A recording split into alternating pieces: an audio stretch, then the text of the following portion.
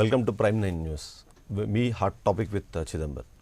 ఓవరాల్గా చూస్తే రెండు తెలుగు రాష్ట్రాలకు సంబంధించిన పేపర్లలో ఇవాళ ఎలాంటి హెడ్లైన్స్ ఉన్నాయన్నది గమనిస్తే ముఖ్యంగా డేటా చౌర్యానికి సంబంధించిన వార్త ఇవాళ చాలా ప్రముఖంగా కనిపిస్తుంది. ముఖ్యంగా చూస్తే మాత్రం ఆంధ్రప్రదేశ్ రాష్ట్రానికి సంబంధించిన తెలుగుదేశం పార్టీకి సంబంధించిన డేటాను నిర్వహిస్తున్న ఐటీ గ్రిడ్ దగ్గర మొత్తం రెండు తెలుగు రాష్ట్రాల ప్రజలకు సంబంధించిన డేటా ఉంది అన్న విషయం పైన ఒక విచారణ జరుగుతుంది. దాని తగ్గట్టుగా ఇప్పటికే వైఎస్ఆర్సీపీకి సంబంధించిన నాయకులు కానివ్వండి, అలాగే సామాజిక కార్యకర్తలు దీనిపైన ఫిర్యాదు చేయడంతో తెలంగాణ రాష్ట్ర పోలీసులు దీనిపైన చర్యలు తీసుకునే ప్రయత్నం చేస్తుంటే మరోవైపు నాటకీయ పరిణామాలు కూడా చోటు చేసుకున్న పరిస్థితి మనకు కనిపిస్తుంది. క్లియర్గా మనం చూస్తుంటే మాత్రం రెండు ప్రధాన పార్టీలు దీనికి సంబంధించి తప్పు ఒకరిదంటూ వాళ్ళపైన విమర్శలు చేసుకుంటున్న నేపథ్యం మనం చూస్తున్నాము. ఇప్పటికే దీనికి సంబంధించి నలుగురు ఉద్యోగులను దానిపై తమ అధీనంలో ఉన్నారంటూ తెలంగాణ పోలీసులు ఆధీనంలోకి తీసుకున్నారంటూ హర్పస్ కార్పస్ పిటిషన్ కూడా ఇప్పటికే వేశారు. వాళ్ళ నలుగురిని కూడా హైకోర్టులో హాజరుపరచాలంటూ హైకోర్టు ఒక తీర్పు వెలువరించిన నేపథ్యంలో ఓవరాల్ ఏం జరుగుతుందన్న విషయంపైన చాలా ఉత్కంఠ నెలకొన్న నేపథ్యం కనిపిస్తుంది. మరోవైపు చూస్తే మాత్రం ఏదైతే జైషే మహమ్మద్ సంబంధించిన వ్యవస్థాపకుడు అజర్ మసూద్ ఇప్పటికే చనిపోయారంటూ కూడా వార్తలు మనకు వినిపిస్తున్న నేపథ్యం మనకు కనిపిస్తుంది. వైపు ఇవన్నీ వదంతులంటూ పాక్ మీడియా కొట్టిపారేస్తుంటే లేదు చనిపోయారంటూ భారత్కి సంబంధించిన చాలా వార్తాపత్రికలు మరికొంతమంది ఇండిపెండెంట్ వాళ్ళు కూడా దీనిపైన మాట్లాడుతున్న నేపథ్యం మనకు కనిపిస్తుంది. ఓవరాల్గా చూసిన మాత్రం మసూద్ చనిపోయారా లేదన్న విషయం పైన అధికారికంగా ప్రకటన వెలువడాల్సి ఉన్నా సరే చనిపోయారంటూ కొద్దిమంది, చనిపోలేదంటూ మరికొంతమంది మాట్లాడుతున్న పరిస్థితి మనకు కనిపిస్తుంది. మరోవైపు తెలంగాణ రాష్ట్రానికి సంబంధించి చూస్తే ఇప్పటికే ఎమ్మెల్సీ ఎన్నికలకు సంబంధించిన ఒక హీట్ మొదలైంది. దీనికి తోడు ఇద్దరు కాంగ్రెస్ నాయకులు టీఆర్ఎస్లో చేరుతున్నామంటూ ప్రకటన చేయడము, ఆత్మసక్కు కానీ రేగా కాంతారావు ఇప్పటికే చేరుతామంటూ చెప్తున్న నేపథ్యంలో మరోవైపు సండ్ర వెంకటవీరయ్య కూడా ఆ టీడీపీ పార్టీని వదిలి టీఆర్ఎస్ పార్టీలో చేరుతానంటూ ఒక ప్రకటన వెలువరించిన పరిస్థితి మనకు కనిపిస్తుంది. ఇలా చూస్తే మాత్రం ఖచ్చితంగా తెలంగాణలో మరొకసారి పార్టీ ఫిరాయింపులకు ప్రోత్సాహకాలు లభిస్తున్నాయా అన్న విషయం పైన కూడా చర్చ జరుగుతుంది. ముఖ్యంగా కాంగ్రెస్ పార్టీ మాత్రం ఎంత కొన్నారు అంటూ వాళ్ళు వ్యాఖ్యలు చేస్తున్న పరిస్థితి మనకు కనిపిస్తుంటే రెండు తెలుగు రాష్ట్రాలకు సంబంధించిన ఈ వార్తలు మనకు చాలా క్లియర్గా ఇవాళ కనిపిస్తున్నాయి. అయితే మొదటగా అయితే డేటా చౌర్యానికి సంబంధించిన విషయం పైన మనము చర్చ చేపట్టబోతున్నాము. ఈ చర్చలో మనతో పాటు స్టూడియోలో జాయిన్ అయ్యారు అరుణ్ కుమార్ గారు, హైకోర్టు అడ్వకేట్, అలాగే మనతో పాటు వేల్పూరి శ్రీనివాస్ గారు, టీడీపీ నాయకులు మనతో పాటు జాయిన్ అయ్యారు, అలాగే నాగార్జున యాదవ్, వైసీపీ నేత ఇవాళ తమ విశ్లేషణ అందించబోతారు. మొదటగా అరుణ్ కుమార్ గారితో స్టార్ట్ చేస్తే ఓవరాల్గా చూస్తే డేటాకు సంబంధించి ఒక నాటకీయ పరిణామాలు అంటే రెండు పార్టీలు, ప్రధాన పార్టీలు ఓట్ల తొలగింపుకు సంబంధించిన డిస్కషన్ చేస్తున్నారు. అంతేకాకుండా దీనికి సంబంధించి గతంలో కూడా సర్వేల పేరుతో ఇంటింటికి వెళ్ళి ఇన్ఫర్మేషన్ గ్యాదర్ చేసి తద్వారా ఓట్లను తొలగిస్తున్నారంటూ మొదటగా జనసేన స్టార్ట్ చేసింది. తర్వాత వైసీపీ, అలాగే ఇప్పుడు చూస్తే టీడీపీ కూడా వైసీపీ పార్టీ మీద ఆరోపణలు చేస్తూ వచ్చింది. ఇలాంటి సందర్భంలో ఈ కేసును ఎలా చూడాలి? నిజంగానే డేటా చౌర్యం కిందకి వస్తుందా? మరొక ఇంపార్టెంట్ విషయం, దీన్ని తెలంగాణ పోలీసులు ఎందుకు డీల్ చేస్తున్నారన్న విషయం పైన కూడా తెలుగుదేశం పార్టీ కొన్ని ఆరోపణలు చేస్తుంది. ఈ మొత్తం కేసును ఎలా చూడాలంట? డేటా చౌర్యం కంటే కూడా manipulation of the election commission records భారత జాతికి సంబంధించిన సమస్య ఇది. ఎందుకంటే ఇంత పెద్ద సమస్యని చిన్న కోణంలో చూసినట్టు అనిపిస్తుంది. ఇది చాయ్ కప్పుల తుఫాన్ కాదు, వాస్తవంగా తుఫాన్ ఇది.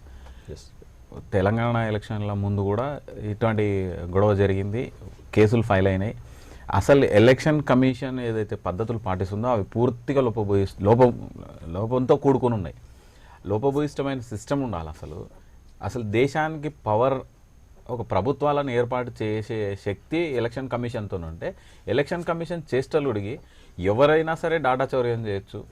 చిన్న పిల్లాడు హ్యాకింగ్ నేర్చుకున్న చిన్న పిల్లాడు కూడా అందులోకి పోయి డేటాను తీసుకుంటున్నారు, ఇష్టం వచ్చినట్టు చేస్తున్నారు. ఈవీఎంలు అది ఒక టాయ్ అయిపోయింది. వీవీప్యాట్ సిస్టమ్ అనేది ఒక విచిత్రమైన విషయం అయింది. మీకు ఐడియా ఉంటుంది. ఆ వీవీప్యాట్ సిస్టమ్కి సంబంధించిన కేసు నేనే ఫైల్ చేయడం జరిగింది. ఆ వీవీప్యాట్లో ఉన్న కాంప్రిహెన్సివ్ టాలీ చేయమంటే కూడా చేయట్లేదు. అసలు ఏ టు ఏబిసిడీలు ఇక్కడ నుంచే స్టార్ట్ అవుతాయి. ఈ ఓట్లు జనాలు వచ్చి వాళ్ళు మేము నమోదు చేసుకుంటున్నాం నమోదు చేస్తున్నప్పుడు తొలగింపు ఎక్కడి నుంచి ఉంది? రైట్, తొలగింపుకు స్పెషల్ డ్రైవ్ ఏదైనా ఉందా? స్పెషల్ డ్రైవ్ బెంచ్ మార్క్ అసలు 1/1/2019 అనేది బెంచ్ మార్క్. అప్పుడు తొలగించాలి, కానీ ఇష్టం వచ్చినట్టు ఎవరైనా సరే దాంట్లోకి వెళ్ళిపోవడం, దాని నుంచి వెబ్సైట్లోంచి తీసుకోవడం, వాళ్ళు మ్యానిపులేట్ చేయడం, ఇటువంటివి ఎన్నో చూస్తున్నాం మనం. బ్యాంకులకు సంబంధించి ఒక సెక్యూరిటీ సిస్టమ్ అనేది ఉంది. ఎలక్షన్ కమిషన్కి ఏ సెక్యూరిటీ సిస్టమ్ ఉందో ఎలక్షన్ కమిషన్ వచ్చి చెప్పదు.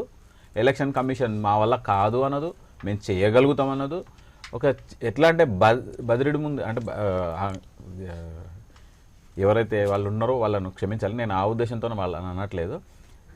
శంఖమూదినట్టు అయిపోతుంది. ఎవ్వరు మాట్లాడే పరిస్థితి లేదు. ఇక్కడ చూసినాం రజత్ కుమార్ ఎంత బాధ్యతారహితంగా ఆయన స్టేట్మెంట్ ఇచ్చిందంటే, ఎలక్షన్లు అయిపోయిన మరుక్షణం మనం ఎలక్ట్రానిక్ యుగంలో ఉన్నాం, ఒక మీటర్ నొక్కితే ఎంత తెలిసిపోతుంది పోలింగ్ అవుతుంది అనేది చెప్పగలిగిన స్థాయిలో ఉన్నప్పుడు 24 గంటలు గడిచిపోయి 48 గంటలు గడిచిపోయిన తర్వాత తీరిగ్గా ఇంత ఓటింగ్ అయిందని చెప్తారు. రైట్. మనం ఉన్నది ఎలక్ట్రానిక్ గాడ్జెట్ యుగంలో. ఎలక్ట్రానిక్ గాడ్జెట్లు 700 ఓట్లు ఉన్న పోలింగ్ స్టేషన్లో 750 ఓట్లు పోలైనాయి, 760 ఓట్లు పోలైనాయి. వీటి మీద సింపుల్ గా తప్పించుకుంటున్నారు. ఏంటంటే ఎలక్షన్ పిటిషన్ ఫామ్ 7 చూసినా సరే దాంట్లో ఎలాంటి ఓటీపీకి సంబంధించిన వ్యవస్థ కానివ్వండి, లేకపోతే ఇది నాదే అని క్లెయిమ్ చేసుకోవడానికి లేదు. దీనికి తోడు వేరొకరు వచ్చి కూడా ఇది అబ్జెక్షనబుల్ గా ఉంది కాబట్టి దీన్ని తొలగించండి అంటూ కూడా విజ్ఞప్తి చేసే అవకాశం కూడా దాంట్లో ఇచ్చిన తర్వాత ఎవరైనా దాన్ని మిస్యూజ్ చేసే అవకాశం అయితే కనిపిస్తుంది చాలా క్లియర్ గా.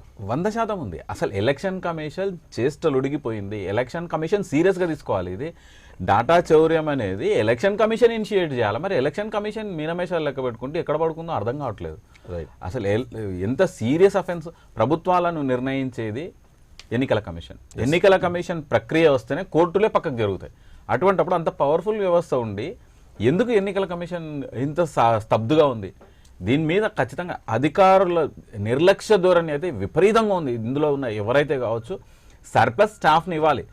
ఇంకా రెగ్యులర్ స్టాఫ్ను పక్కకు పెట్టి మొన్న ఎలక్షన్స్లో టీచర్స్ రెగ్యులర్గా టీచర్స్ ఉంటారు, ఆ వ్యవస్థను పక్కకు పెట్టి రెవెన్యూ సిబ్బందిని తీసుకోవడం జరిగింది, బ్యాంక్ వాళ్ళని తీసుకోవడం జరిగింది. బ్యాంకు నుంచి సిబ్బందిని తీసుకొని వాళ్ళకి అవగాహన లోపం, చెప్పేవాడు లేడు, అడిగే దిక్కు లేదు. ఎన్నికల కమిషన్ అంటేనే అదొక పురాతన వ్యవస్థ.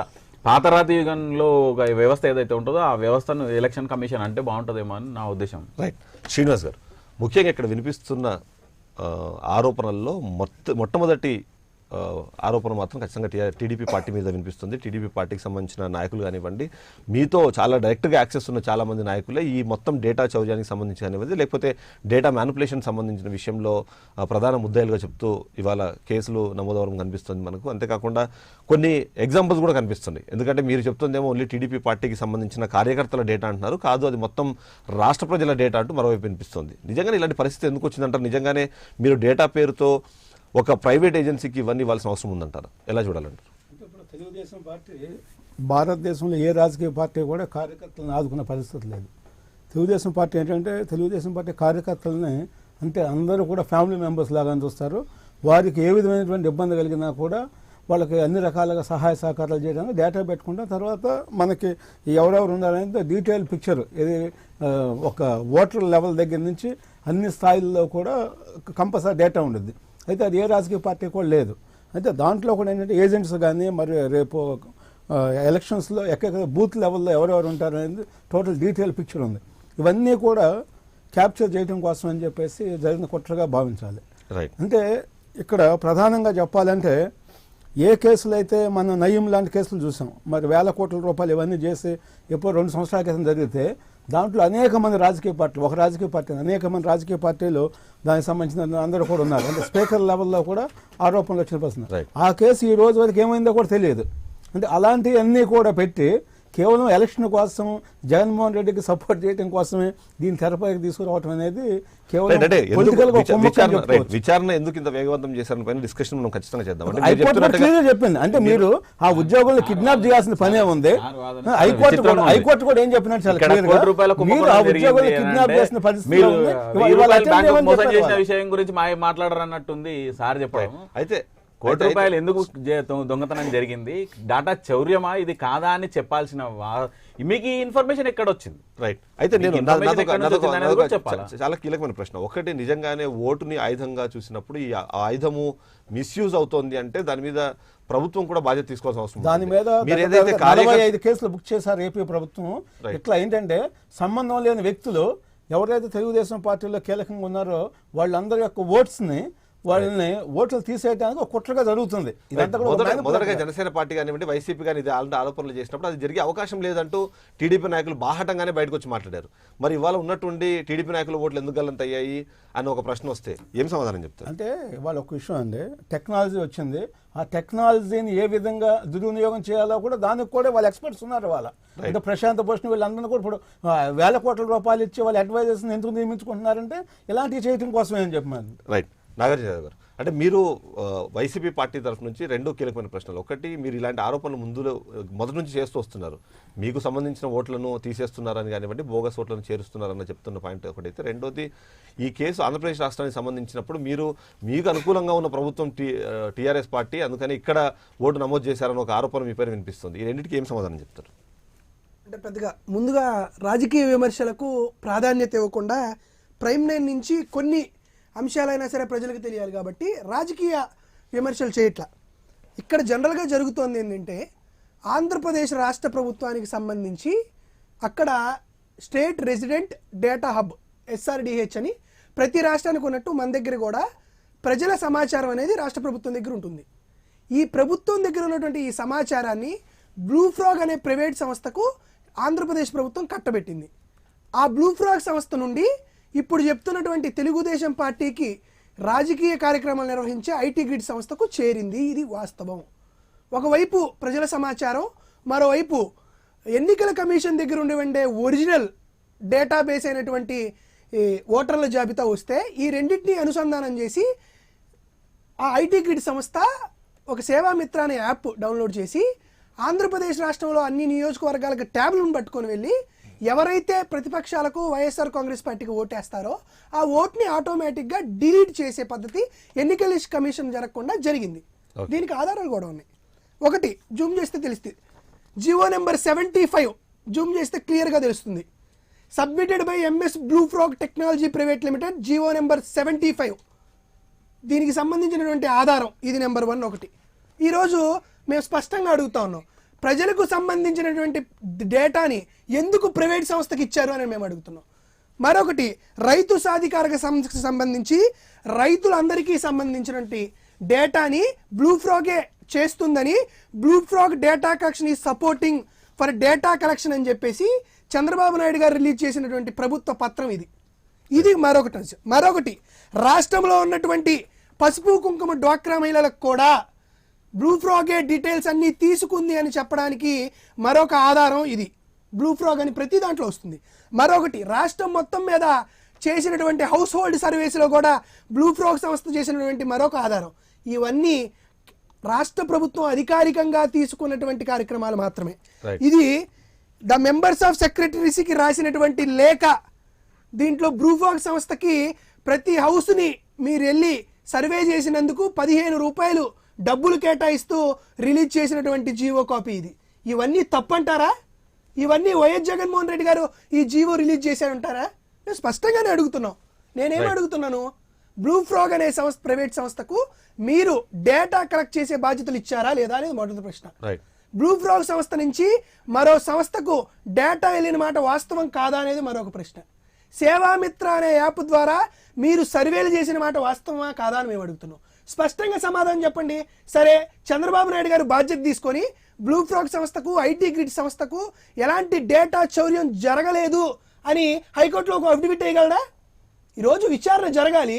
మీకు తెలంగాణ పోలీసుల మీద నమ్మకం లేదంటే మీరే కేంద్ర హోంశాఖకు, ట్రాయ్కో, ఎన్నికల కమిషనర్కో దీని మీద సిబిఐ ఎంక్వైరీ చేయండినో లేకపోతే ఇంకొకటి చేయండి అని లేఖ రాయండి. ఇది రెండు రాష్ట్ర ప్రభుత్వాల మధ్యనటువంటి గొడవని సృష్టిద్దాం అని అంటే సరిపోతుంది. అయితే మీరు అన్నట్టుగా బ్లూ ఫ్రాగ్ సంస్థకు ఎందుకు ఇచ్చారో అన్న విషయం పైన టెక్నికల్ గా ఏదో ఒక రీజన్ అయితే డెఫినెట్ గా చూపిస్తారు.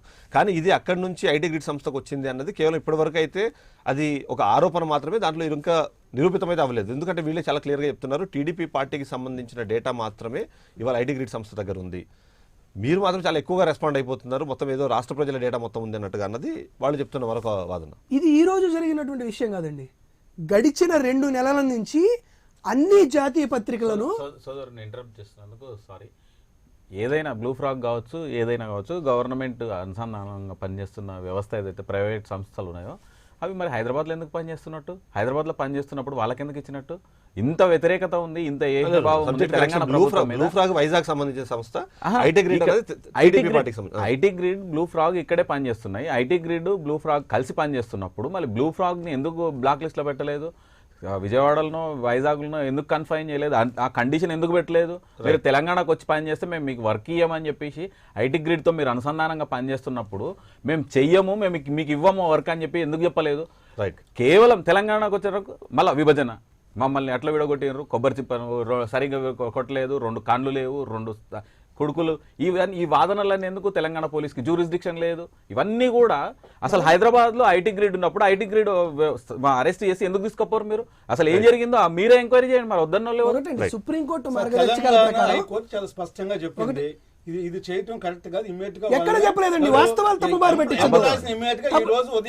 పట్టించొద్దు. నిబంధనలకు విరుద్ధంగానే మీరు అత్యుత్సాహం చాలా స్పష్టంగా వచ్చాను. సుప్రీంకోర్టు మార్గదర్శకాల ప్రకారం ఏదైతే మనం అనుకున్న SRHD డేటా అనేది ఒకసారి కార్యక్రమం నిర్వహించగానే ఆటోమేటిక్ గా ఎరేజ్ చేయాలి, ఎలాంటి ప్రైవేట్ సంస్థలకు ఇవ్వకూడదు అనేది మొట్టమొదటి నిబంధన. మీరు అసలు అక్కడ డేటా ట్రాన్స్ఫర్ జరిగిందా, డేటా చౌర్యం జరిగిందా, డేటా లీక్ అయిందా అనే అంశాన్ని మీరు అసలు పట్టించుకోవట్లా. మరొకటి, నేను ఈ పోలీస్ స్టేషన్ పరిధిలో ఎవరినైనా హత్య చేసి ఆ పోలీసులు నన్ను అరెస్ట్ చేస్తే నా కుటుంబ సభ్యులు పక్క పోలీస్ స్టేషన్లో మిస్సింగ్ కంప్లైంట్ పెడితే ఆ పోలీస్ స్టేషన్లో ఉన్న పోలీసులు హత్యా ఆరోపణలు ఎదుర్కొంటున్న నన్ను బయటకు తీసుకురమ్మని వాదించవచ్చా అండి? ఇక్కడ అంటే తెలంగాణ జ్యుడిషియరీలో ఉన్నటువంటి ఒక సంస్థ ఒక డేటా చౌర్యం చేసింది, దాని మీద ఫిర్యాదు అందింది, దాంట్లో విచారణ జరుగుతుంటే ఎక్కడో గుంటూరులో వీళ్ళు మిస్సింగ్ అని కేసు పెడితే గుంటూరు నుంచి 5 గంటల పాటు హొటాహొటీగా ఎస్పీలు డిఎస్పీలు పరిగెత్తుకుంటూ వచ్చి ఇక్కడ చూసినటువంటి డేటా చోరీ చేసిన దొంగల్ని ఎందుకు రక్షించదలుచుకుంటున్నారు? ఎన్నో జరిగినాయి, ఎందుకు దొంగతనం చేయాలనుకుంటున్నారు?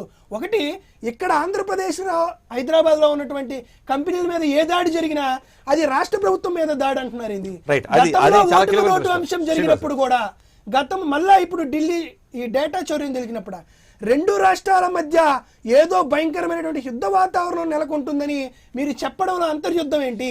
ఇది కాదు. ఇప్పుడు ఉన్నటువంటి ఒక పత్రిక ముఖ్యంగా సేవామిత్ర యాప్ వైసీపీనే చేసినట్టు, ఇక్కడ ఉన్నటువంటి తెలంగాణ ప్రభుత్వం ఆంధ్రప్రదేశ్ రాష్ట్ర ప్రభుత్వం డేటాను చోరీ చేసినట్టు అసలుకి ఎంత కథనాలు వండి వారుస్తున్నారంటే ప్రజల్ని పిచ్చోలు చేయాలి, ప్రజలను ఏదో విధంగా మభ్యపెట్టాలి, ప్రజలకు ఇవేమీ తెలియదు, మనం రాసిన అక్షరాలే నిజాలు అనుకుంటారని నిజంగా ఒక జర్నలిజంలో కూడా రాజకీయ వ్యభిచారాన్ని ప్రోత్సహించే విధంగా కొన్ని పత్రికలు ప్రవర్తిస్తున్నాయి. రైట్ శ్రీనివాస్ గారు, ఇక్కడ 2 కీలకమైన ప్రశ్నలు. ఒకటి, కేసు పెట్టిన లోకేశ్వర్ రెడ్డి కానివ్వండి, విజయసాయి రెడ్డి కానివ్వండి, హైదరాబాద్ కేంద్రంగా నడుస్తున్న ఐటీ గ్రిడ్ కంపెనీ పేరు మీద వాళ్ళు పెట్టారు, దాని మూలాలు బ్లూ ఫ్లాగ్ సంస్థ వైజాగ్ ఉన్నాయన్న దాన్ని యాక్సెప్ట్ చేస్తుంటే దాని మీద కేసు పెట్టంగానే గుంటూరులో మిస్సింగ్ కేసుకి లోకేశ్వర్ రెడ్డికి ఏంటి సంబంధం? అంత అర్జెంటుగా అంత హుటాహుటిన వచ్చి అతన్ని అరెస్ట్ చేసేందుకు కానివ్వండి, అదుపులోకి తీసుకునే ప్రయత్నం ఎందుకు చేశారు అన్నది మొదటి ప్రశ్న. దానితో పాటు ఏదైతే మీరు చెప్తున్నారు ఇప్పటివరకు మీరు చెప్తున్న ఏదైతే మీ టీడీపీకి సంబంధించిన మిత్రకు సంబంధించిన ఏదైతే యాప్ ఉందో యాప్లో సేవామిత్రను ఓపెన్ చేస్తే దాంట్లో అడిగే పర్మిషన్స్ అన్ని మీరు ఒకవేళ అబ్జర్వ్ చేస్తే లొకేషను ఎస్ఎంఎస్లు అన్నింటినీ యాక్సెస్ చేసేందుకు అవసరం ఉండేలాగా దాంట్లో పర్మిషన్స్ అన్నింటినీ మీరు ఇంక్లూడ్ చేసే ప్రయత్నం చేశారు. వాటన్నిటి అవసరమే ఉంది. జియో లొకేషన్ అన్న దాన్ని కేవలం మీరు ఓటర్ లిస్ట్కి సంబంధించిన డీటెయిల్స్గా తీసుకుంటే బాగానే ఉంటుంది, కానీ మిగిలిన డీటెయిల్స్ అన్ని ఎందుకు తీసుకునే ప్రయత్నం చేశారు? ఈ ఒక్క యాప్ ద్వారా చాలా పెద్ద రకమైన మ్యానిపులేషన్ జరిగే అవకాశం ఉందన్నది చాలా క్లియర్ అనిపిస్తుంది. మొదటి మాత్రం లోకేశ్వర్ రెడ్డిని అదుపులోకి తీసుకునే ప్రయత్నం ఎందుకు చేశారు? దానికి ఆంధ్రప్రదేశ్ రాష్ట్ర ప్రభుత్వం ఎందుకు పర్మిషన్ ఇచ్చింది? ఇప్పుడు లోకేశ్వర్ రెడ్డి గారి మీద కంప్లైంట్ వస్తే ఆటోమేటిక్ ఇచ్చేస్తారు. దానికి ఇమ్మీడియట్గా ఇక్కడ కమిషనర్ ఆఫ్ పోలీస్ దగ్గర నుంచి పెద్ద ఎత్తున ఇది వచ్చి ఏది కమిషనర్ ఆఫ్ పోలీస్ కావాలని చెప్పేసి నేనేమన్నా అంటే ఐటీ గ్రిడ్ సంస్థలను కిడ్నాప్ చేశారని కంప్లైంట్ వచ్చిందా? ఏం కంప్లైంట్ వచ్చిందా? చాలా స్పష్టంగా ఇంతవరకు ఆ ఉద్యోగం ఏం చేస్తారో తెలియదు. ఇప్పుడు అటెండ్ ఎందుకంటే మీరు యాక్చువల్ గా అక్కడ ఎక్కడ డిఫెండ్ లో పడుతుందంటే మొదటి పాయింట్ చాలా క్లియర్ గా సైబరాబాద్ కమిషనరేట్ దానిపైన విచారణ చేస్తుంది, వాళ్ళు లోపలికి వచ్చారు, వాళ్ళందరి హార్డ్ డిస్క్లు కావచ్చు లేకపోతే వాళ్ళ దగ్గర ఉన్న డేటాను కానీ వెరిఫై చేస్తున్నారు అన్న వీళ్ళు ప్రకటించుకుంటుంటే మీకున్న డౌట్ నలుగురు అంటే ఏదైతే ఆ కంపెనీకి సంబంధించిన 4 ఉద్యోగులు మిస్ అయ్యారన్నది వీళ్ళు చెప్పాలనుకున్న వాళ్ళని. కానీ దానికి లోకేశ్వర్ రెడ్డికి లింక్ ఎక్కడి నుంచి వచ్చింది? గుంటూరులో పెట్టిన కేసు ని హైదరాబాద్కి అంతా హుటాహుటిన ఇక్కడ ఉన్న వాళ్ళకి ఎలాంటి ఇన్ఫర్మేషన్ ఇవ్వకుండా, ఎందుకంటే అందరికీ తెలుసు లీగల్గా కూడా అరుణ్ కుమార్ కూడా చెప్పగలుగుతారు, ఒక వేరే పోలీస్ స్టేషన్ పరిధిలో కానివ్వండి వేరే జ్యుడిక్షన్ పరిధిలో ఏదైనా జరుగుతుందంటే లోకల్ పోలీస్ స్టేషన్కి ఇన్ఫర్మేషన్ ఇచ్చి రావాల్సిన అవసరం ఉంది. అలాంటిది ఏమీ చేయకుండా డైరెక్ట్గా వచ్చి ఇంటి మీద పడ్డాన్ని అందరూ ఇవాళ విమర్శిస్తున్నారు. దాన్ని టీడీపీ పార్టీ ఎలా సమర్థించుకుంటారు? ఒక వ్యక్తి మీద ఒక కంప్లైంట్ వచ్చింది, ఆటోమేటిక్ వస్తారు, ఇక్కడ లోకల్గా కూడా జనరల్గా ఇన్ఫర్మేషన్ కూడా పాస్ చేస్తారు, జనరల్గా జరిగేది. అయితే ఇవాళ ఉన్న పరిస్థితి ఏమైందంటే మనం చూసాం, అంటే పోలీసులో కూడా అంటే నేను దానికి కనెక్ట్ అవ్వట్లేదు, రాకేష్ రెడ్డి జయరామ్ హత్య కేసు ఇష్యూలో కూడా దగ్గర ఇక్కడ పనిచేస్తుంది. ఇక్కడ బంజారాహిల్స్ జూబ్లీస్ సిఐలే కాదు ఏసీపీలు అదేవిధంగా అంటే నెంబర్ ఆఫ్ దగ్గర 11 మెంబర్స్ పోలీసులు ఉన్నారు. అంటే పోలీస్ వ్యవస్థ కూడా 90% పొల్యూట్ అయిపోయింది. రైట్. అంటే ఇక్కడ జరిగే దర్యాప్తు మనం సీరియస్ గా తీసుకోవాల్సిన పని కూడా లేదు. ఆంధ్ర పోలీస్ కూడా నేనేమన్నా ఏ పోలీస్ అనలేదు. పోలీస్ అనేది ఒక నేరస్తులతో కూడా కనెక్ట్ అయిపోయి చివరికి అంటే నువ్వు ఎవరిని మర్డర్ చేయాలి, ఎక్కడ వదిలిపెట్టాలి, ఏం చేయాలి జరుగుతుంది. అంటే నేనేమన్నా అంటే ఇలాంటి పరిస్థితుల్లో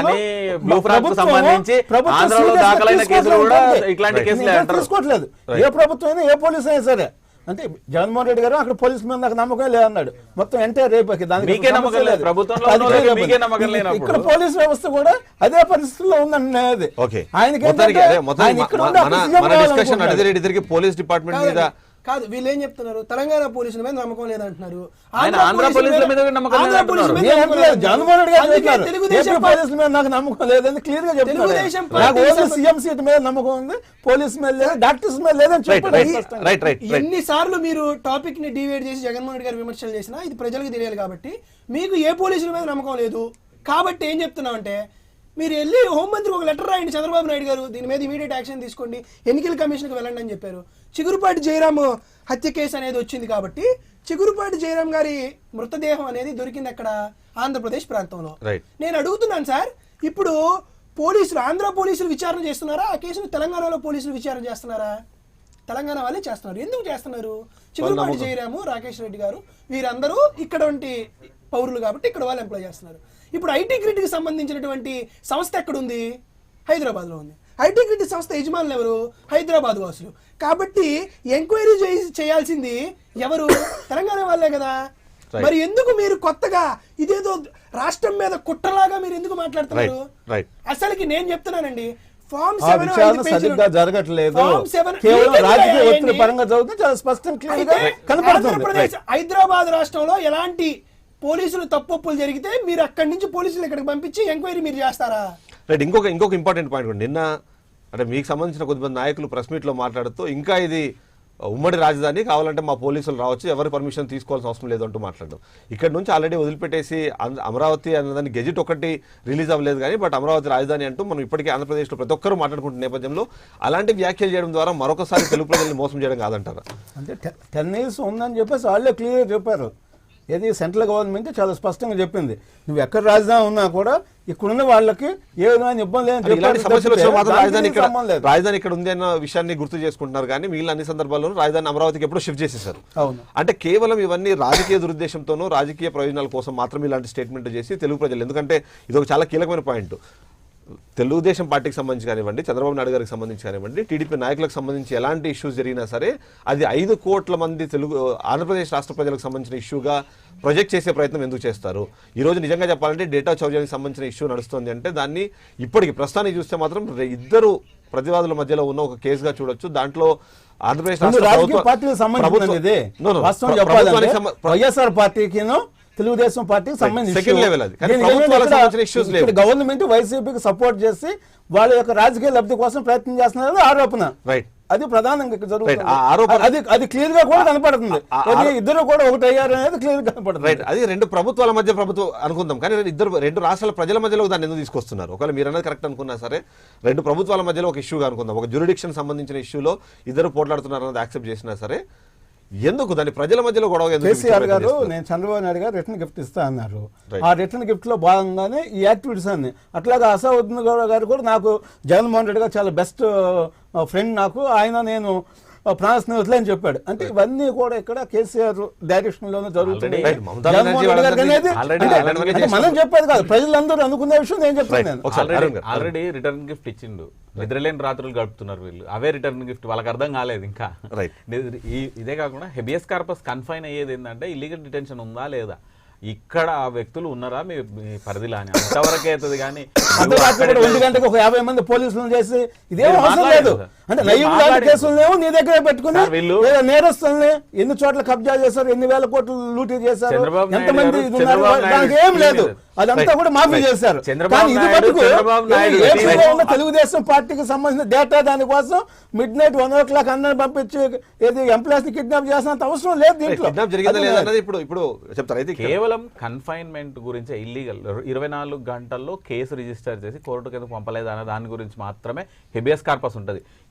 ఇక్కడ వీళ్ళు ఇల్లీగల్గా డిటెన్షన్ చేసిండ్రా లేదా అనే దాని మీదనే ఉంటుంది కానీ మీరు అక్కడ వాళ్ళని ఎందుకు పట్టుకొచ్చిండ్రు, మీకు దానికి సంబంధం, ఇవన్నీ హైకోర్టు ఇన్వాల్వ్ కాదు. దాని కన్ఫైన్మెంట్ అంతవరకు మాత్రమే ఉంటుంది. ఇంకొకటి అంటే ఒక అందరూ కూడా ముఖ్యమంత్రి స్థాయి దగ్గర నుంచి వచ్చిన ఒత్తిడి అనేది చాలా స్పష్టంగా కనపడుతుందండి. ఇది వితౌట్ వాళ్ళు ప్రొసీజర్ లేకుండా మీ అఫిడవిట్ లో ఉందేమో చూపించండి. మీ అఫిడవిట్ లో అది రాసిండ్రేమో చూపించండి. అది రాస్తే హైకోర్టు ఏం చేయాలో చేస్తుంది. చివాట్లు పెడుతుంది, చివాట్లు పెడుతుంది. దానికి రెడీగా ఉంటే మీరు ఒప్పుకోండి. ఎవరు దాని గురించి టీడీపీ పార్టీ కానివ్వండి, ఆంధ్రప్రదేశ్ రాష్ట్ర ప్రభుత్వం కానీ చేస్తున్న ఆరోపణలు చాలా ముఖ్యమైనది. ఈ కేసుని ఎలా అయితే డీల్ చేయాలి అలా డీల్ చేయట్లేదు. ఎక్కడో ఒక చోట రాజకీయపరమైన ఒత్తిళ్లు కానివ్వండి, లేకపోతే పర్సనల్ ఇంట్రెస్ట్లు అన్నవి ఉన్నాయి అన్నది ఇవాళ టీడీపీ పార్టీ చేస్తున్నారు. అంటే మీకు ఎలా చూస్తున్నారు మీరు? అంటే నిజంగానే ఇలాంటి కేసుల్ని డీల్ చేసే పద్ధతి, ఇప్పుడు వీళ్ళు చేస్తున్న పద్ధతి కరెక్ట్గా ఉన్నాయంటారా, లేకపోతే వాళ్ళు ఇప్పుడు ఏదైతే ఆరోపణలు చేస్తున్నారో ఆ వైపు ఏమైనా జరుగుతుందంటారా? సార్ నేను ఒక అడ్వకేట్గానే వచ్చినా ఇంతవరకు కన్ఫైన్ అవుతుంది అనుకుంటున్నాను. నేను డాటా చౌర్యం గురించి మాట్లాడతాం అనుకున్నాను, కానీ పూర్తి స్థాయి రాజకీయాలు మాట్లాడుతున్నప్పుడు నేను కూడా రాజకీయం మాట్లాడాల్సిన పరిస్థితి అన్అవాయిడబుల్ సర్కమ్స్టాన్సెస్ ఇక్కడ మాట్లాడాల్సి వస్తుంది. చెప్పిన నేను ఎన్నికల కమిషన్ వ్యవస్థ ఏదైతే ఉందో అది పూర్తి లోపాలతో కూడుకొని ఉన్నది. దాన్ని అడ్వాంటేజ్ తీసుకుంటున్నారు. అధికారంలో ఉంది, రిమోట్ కంట్రోల్ మీ చేతిలో ఉంది, వాడుకుంటున్నారు. అరే వీళ్ళు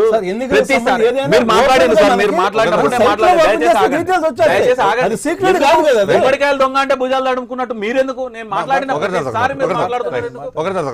ఒకటి అందరూ మనం చూస్తున్నాం, రాష్ట్ర విభజన నుంచి చూస్తున్నాం. యూటర్న్ కాదండి, నాకు బాగా క్లారిటీగా ఉంది. చంద్రబాబు నాయుడు గారు ఉన్నది రింగ్ రోడ్ లో, ఆయన పక్కకు తిరిగితే టోల్ గేట్ పడుతుంది, టోల్ ట్యాక్స్ పడుతుంది అని చెప్పి ఆయన రింగ్ రోడ్ లోనే తిరుగుతున్నాడు. ఇక్కడ నుంచి అని చెప్పేసి మొత్తం వీళ్ళ టీం అంతా కూడా రింగ్ రోడ్ లోనే తిరుగుతున్నది. వాళ్ళు ఆ రింగ్ రోడ్ను సీఎం సీట్ అనుకుంటున్నారు. అది దాటిపోతే మళ్ళీ అధికారం వస్తుందో రాదో. అధికారం ప్రజల దగ్గరికి వెళ్ళాలి, ప్రజల నుంచి తీసుకోవాలి 5 సంవత్సరాలకు ఒకసారి. అది మనకు ఒక పద్ధతి ఉంది. ఆ పద్ధతి ప్రకారం మనం వెళ్ళాలి. కానీ దొరికింది కదా అని చెప్పి డాటా చౌర్యం చేయడం, అధికారం ఉంది కదా అని జీవోలు ఇష్యూ చేయడం, ఇక్కడ ఈ రాష్ట్ర ప్రభుత్వం మీద పడడం. మీరు 10 సంవత్సరాలు ఉన్నప్పుడు మరి ఎందుకు కట్టుకున్నారు? అక్కడ అసెంబ్లీ ఎందుకు కట్టుకున్నారు? ఇక్కడ తాళాలు ఎందుకు వేసుకొని పోయినరు? తెలంగాణ సంబంధించిన సెక్రటరియేట్కి తాళాలు ఎందుకు వేయాల్సి వచ్చింది? వేసే కంటే ముందు కోట్ల రూపాయలు పెట్టి దాన్ని రెనోవేట్ చేయాల్సిన అవసరం ఏముంది? చాంబర్లు కట్టాల్సిన అవసరం ఏముంది? ఇవన్నీ మాట్లాడాల్సిన అవసరం కూడా లేదు. డాటా చౌర్యం గురించి మీరు మాట్లాడండి అంటే డాటా చౌర్యం గురించి మాట్లాడకుండా జరిగిందా లేదా స్పష్టంగా చెప్పాలి.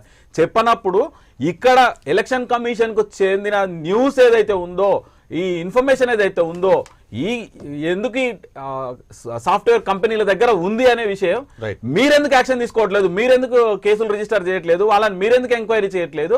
వాళ్ళ మీద మీరు వేరే ఏదో కంప్లైంట్ వచ్చినంత మాత్రాన అబ్డక్షన్ కింద కేసులు రిజిస్టర్ చేసి ఇట్లాంటిది చేయడం మాత్రం నిజంగా డాటా చౌర్యమే కాదు, ఇది ప్రభుత్వంలో ఉన్న అధికార చౌర్యం కూడా జరుగుతుంది. దీనిపైన డిస్కషన్ కంటిన్యూ చేసే లోపు కొంతమంది కాలర్స్ ఉన్నారు. సంకల్ప్ పూణే నుంచి ఫోన్ లైన్ అందుబాటులోకి వచ్చారు.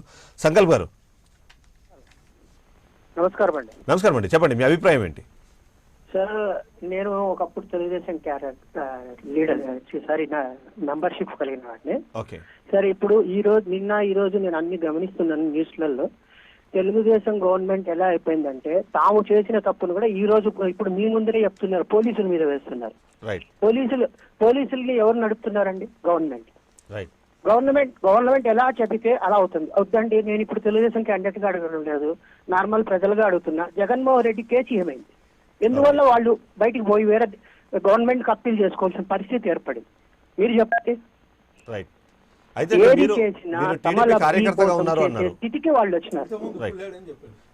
టీడీపీ కార్యకర్తగా ఉన్నారు అంటున్నారు. సో అప్పుడు మీతో డేటా ఇన్ఫర్మేషన్ అయితే కలెక్ట్ చేశారు. అప్పుడు ఎలాంటి డేటా కలెక్ట్ చేశారు? నిజంగానే ఆ డేటాలో మీకు సంబంధించిన బ్యాంక్ అకౌంట్ డీటెయిల్స్ కావచ్చు, లేకపోతే మీకు సంబంధించిన ఇతరత్ర డీటెయిల్స్, అంటే మీరు గవర్నమెంట్ నుంచి ఎలాంటి లబ్ధి పొందారు, ఎలాంటి లబ్ధి కోసం ఎదురు చూస్తున్న విషయాలు ఏమైనా కలెక్ట్ చేశారు? 2 నెలల ముందరే తూర్పుగోదావరి జిల్లా ఏరియాలో జనసేన కార్యకర్తలు 2-3 పట్టుకున్నారు. ఆ కేసు ఏమైంది సార్? ఇంతవరకు ఆ కేసు గురించి బయటికే లేదు. ఓకే, పబ్లిక్ గా పట్టుకొని వాళ్ళ యాప్లు మొత్తం తీసుకొని పోలీస్ స్టేషన్ ఎత్తుకుపోయి సరెండర్ చేయిస్తే ఈ రోజు వరకు ఆ కేసు గురించి మరి ఏ విధంగా పోలీసులను నమ్మాలి? మీరు చెప్పండి. మనం చెప్పడం గొప్ప. పోలీసు వ్యవస్థ మీద అందరూ అపనమ్మకం పెంచుకుంటే దాన్ని ఇంకా దర్యాప్తు చేయడానికి ఆప్షన్ లేదు. పెంచడం కాదు సార్, అపనమ్మకంగా వాళ్ళు తయారు చేశారు ఆ మాదిరి వ్యవస్థను ఆ మాదిరి తయారు చేసినారు వాళ్ళు.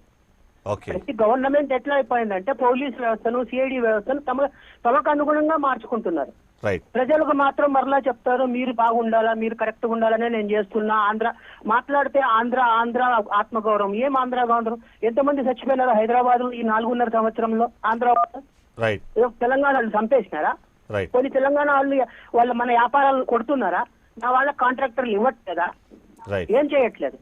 ఏం చేసినారని వాళ్ళ మీద వాటికి ఏర్పాటు చేసి మనం ఏది అబద్ధం చెప్పినా మన దగ్గర మీడియా ఉంది, మన దగ్గర బలం ఉంది, ఇదే వాళ్ళ నమ్మకం. కానీ ఇది ఎన్ని రోజులు జరగదు సార్. పబ్లిక్ అన్ని గమనిస్తూ ఉంటారు. నేను చెప్తున్నా కదా సార్, 140% సీట్లు పోతాయి వీళ్లకు, వీళ్ళు చేసే తప్పుడు దావ వల్ల.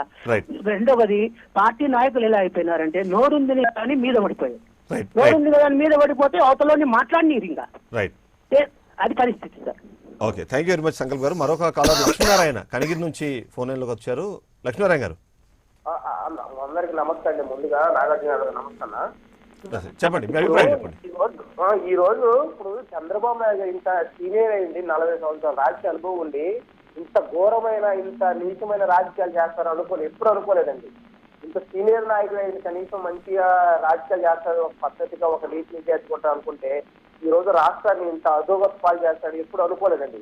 ఇలా అనుకోని ఉంటే ప్రజలు 2014 కనీసం అసలు గెలిపించడం కాదండి ముందు. ఇప్పుడు ఇంతమంది ఆంధ్ర ప్రజల డేటా ఒక సాఫ్ట్వేర్ కంపెనీ దగ్గరికి ఎందుకు వెళ్ళొచ్చండి? వెళ్ళింది వాళ్ళు ఏదో చెప్తున్నారు, మా టీడీపీ డేటా వాళ్ళ దగ్గర ఉంది, మేము ఏదో చేస్తున్నాం అన్నారు.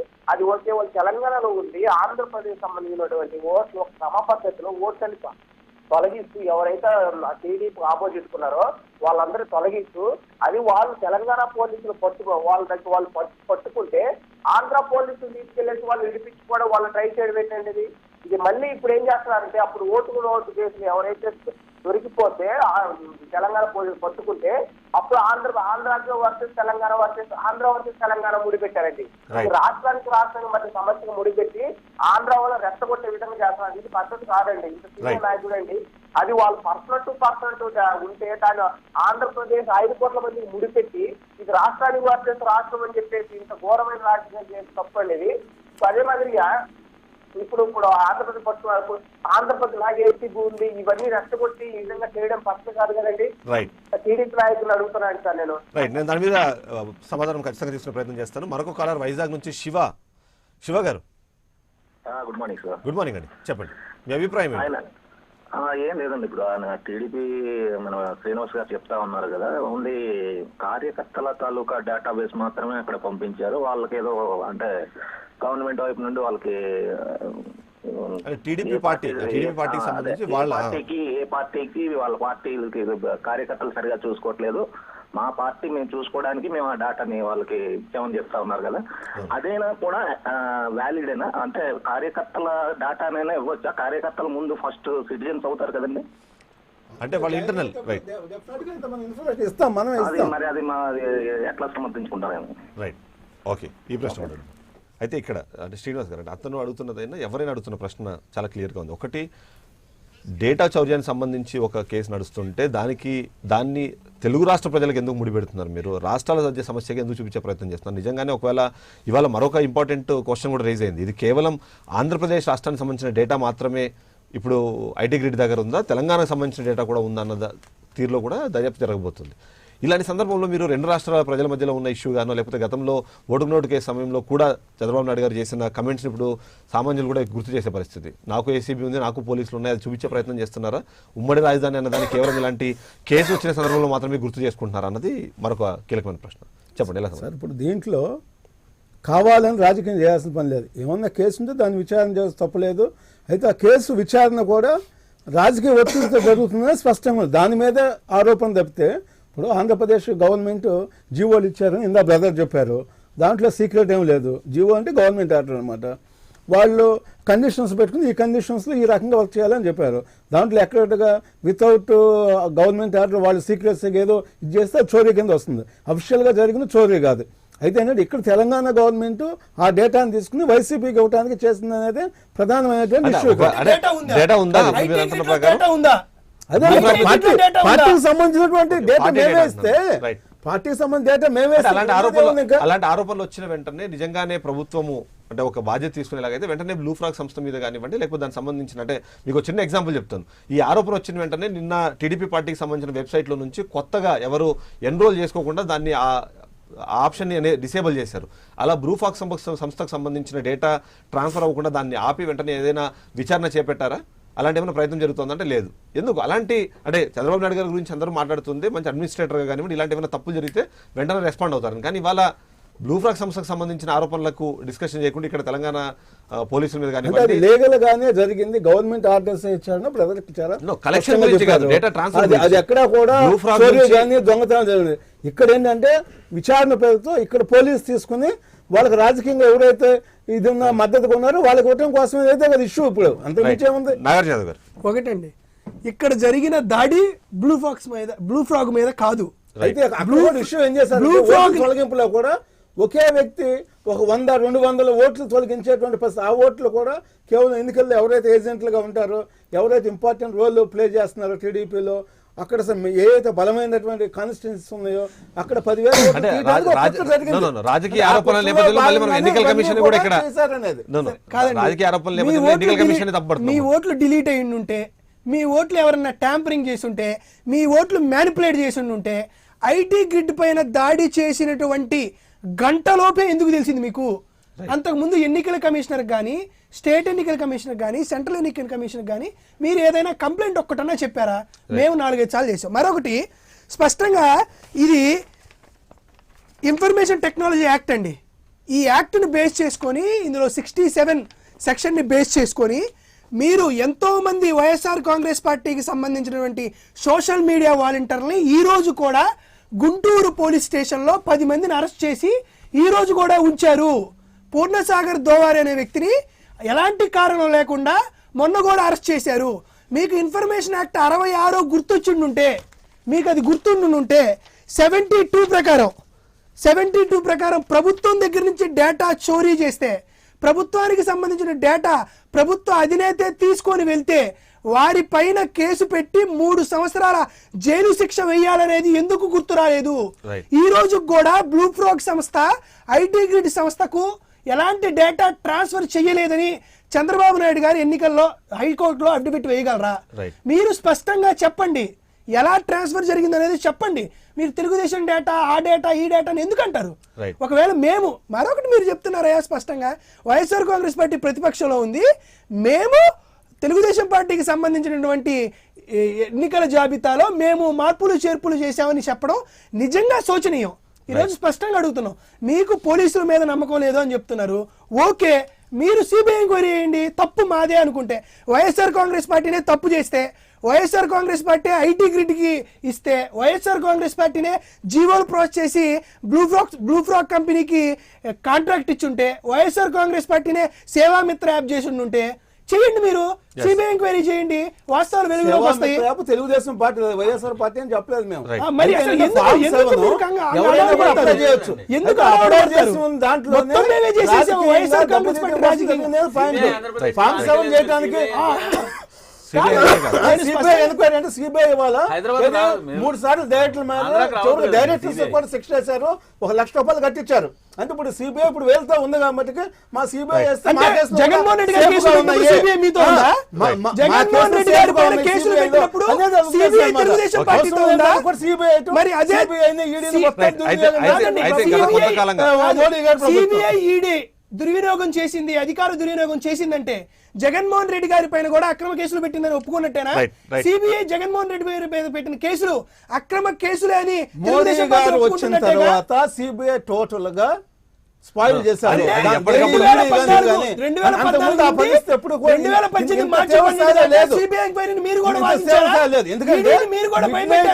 సిబిఐ డైరెక్టర్స్ మార్చడం, తర్వాత వాళ్ళని కోర్టుకు పిలిపించడం, నువ్వు తప్పు చేస్తావని చెప్పేసి చివరికి డైరెక్టర్ కూడా అక్షంతలు వేసి 1 లక్ష రూపాయలు పెనాల్టీ వేశారంటే ఈ రోజు ప్రజెంట్ సిబిఐ ప్రతిష్ట అనేది పూర్తిగా ఒకటి చిదంబరం 2018 మార్చి దాకా మీరు మోడీతో భాగస్వామిగానే ఉన్నారు కదా. 2018 మార్చి దాకా జగన్మోహన్ రెడ్డి గారి పైన జరిగినటువంటి సిబిఐ విచారణ, ఈడీ దాడులు అన్ని మీ ప్రాబల్యంతోనే జరిగినాయి అని ఒప్పుకుంటున్నారా? మీరు కేంద్ర ప్రభుత్వంలో భాగస్వామి, మీకు 2 కేంద్ర మంత్రులు ఉన్నారు. కేంద్ర ప్రభుత్వం సిబిఐని దుర్వినియోగం చేసిందా? చేసి ఉంటే మీరు కూడా బాధ్యత తీసుకుంటున్నారా? మీరు ఎవరెవరిని తోలి, ఏ అధికారులను తోలి జగన్మోహన్ రెడ్డి గారిని ఇబ్బందులకు గురి చేద్దాం అనుకుంటున్నారు? స్పష్టంగా మేము కంప్లైంట్ ఇచ్చాం. జగన్మోహన్ రెడ్డి గారు, రాజశేఖర రెడ్డి గారు పేరు ప్రతిష్టలు ఏ స్థాయిలో ఉన్నాయంటే IAS IPS అధికారులు అందరూ కూడా జైల్లో ఉండి ఇవాళ అలాంటి Subject పరిస్థితి election ఇప్పుడు అందరూ బయటపడ్డారు. అధికారులు కూడా వీళ్ళ వల్ల జైలుకి ఇప్పుడు అందరూ వెళ్ళిపోయారు. బయటపడ్డారు. IAS, IPS అధికారులు కూడా వీళ్ళ వల్ల జైలుకి వెళ్ళిపోయారు. సరే, ఎవరో చెప్పండి.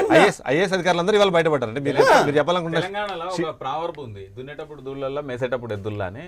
తినప్పుడు బాగా ఏది జరిగినా మంచి జరుగుతున్నప్పుడు మాది మాది మాది మాది తిత్లీ తుఫాన్ వస్తే అది కేంద్ర ప్రభుత్వం మోడీ గారు పంపినరు. ఏంటండి ఇది అసలు?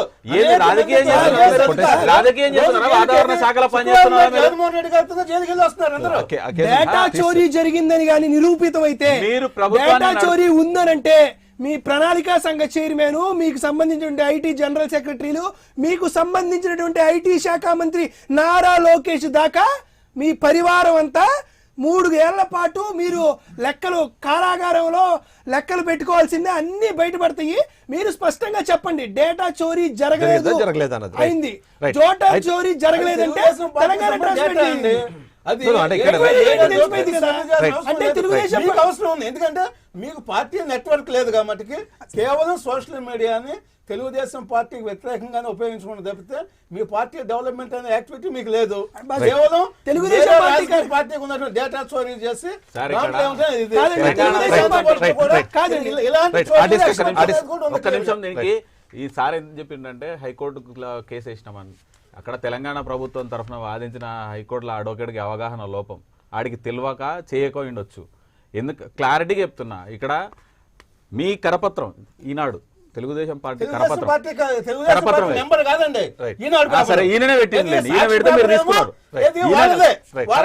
సాక్షి గురించి చెప్పరు. కరెక్ట్.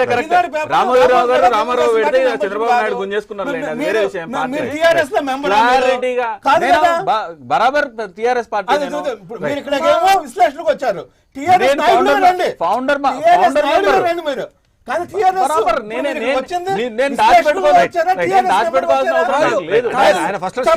నేను టీఆర్ఎస్ నాయకుడు, నేను అబ్జెక్ట్ చేస్తున్నాను.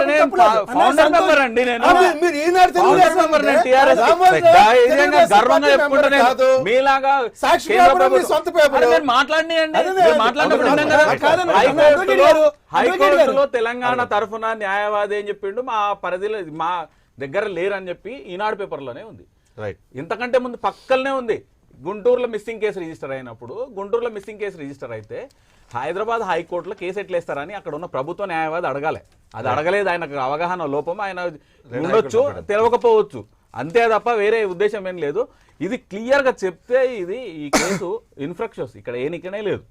మీకు హైకోర్టు ఉన్నప్పుడు ఆ గుంటూరుకు సంబంధించి అక్కడ మిస్సింగ్ కేసు రిజిస్టర్ అయినప్పుడు you have to file A writ petition, habeas corpus petition before Amaravati high court. అక్కడ ఫైల్ చేసుకోవాలి.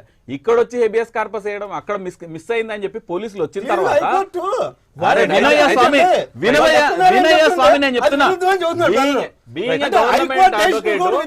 నేను గతంలో తెలంగాణ హైకోర్టులో ప్రభుత్వం తరఫున పనిచేసిన అనుభవంతో నేను చెప్తున్నా, ప్రభుత్వ న్యాయవాదిగా పనిచేసిన నేను అదే ఆఫీస్ లో పనిచేసిన అవే హెబియస్ కార్పస్ కేసులు కూడా నేను కూడా చేయడం జరిగింది.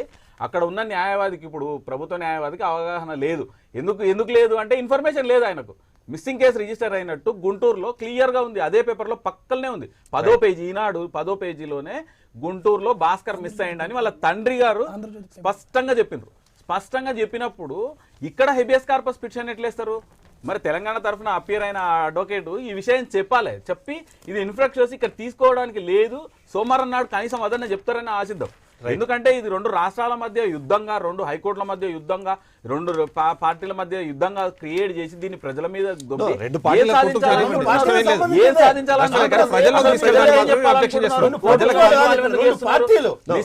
పర్జూరీ చేయాలి. ఇందులో పర్జూరీ ప్రభుత్వం ఖచ్చితంగా పర్జూరీ చేసి ఎవరైతే పిటిషనర్ వేసిండ్రో పిటిషనర్ జైలుకు పంపించమని అడగాలి.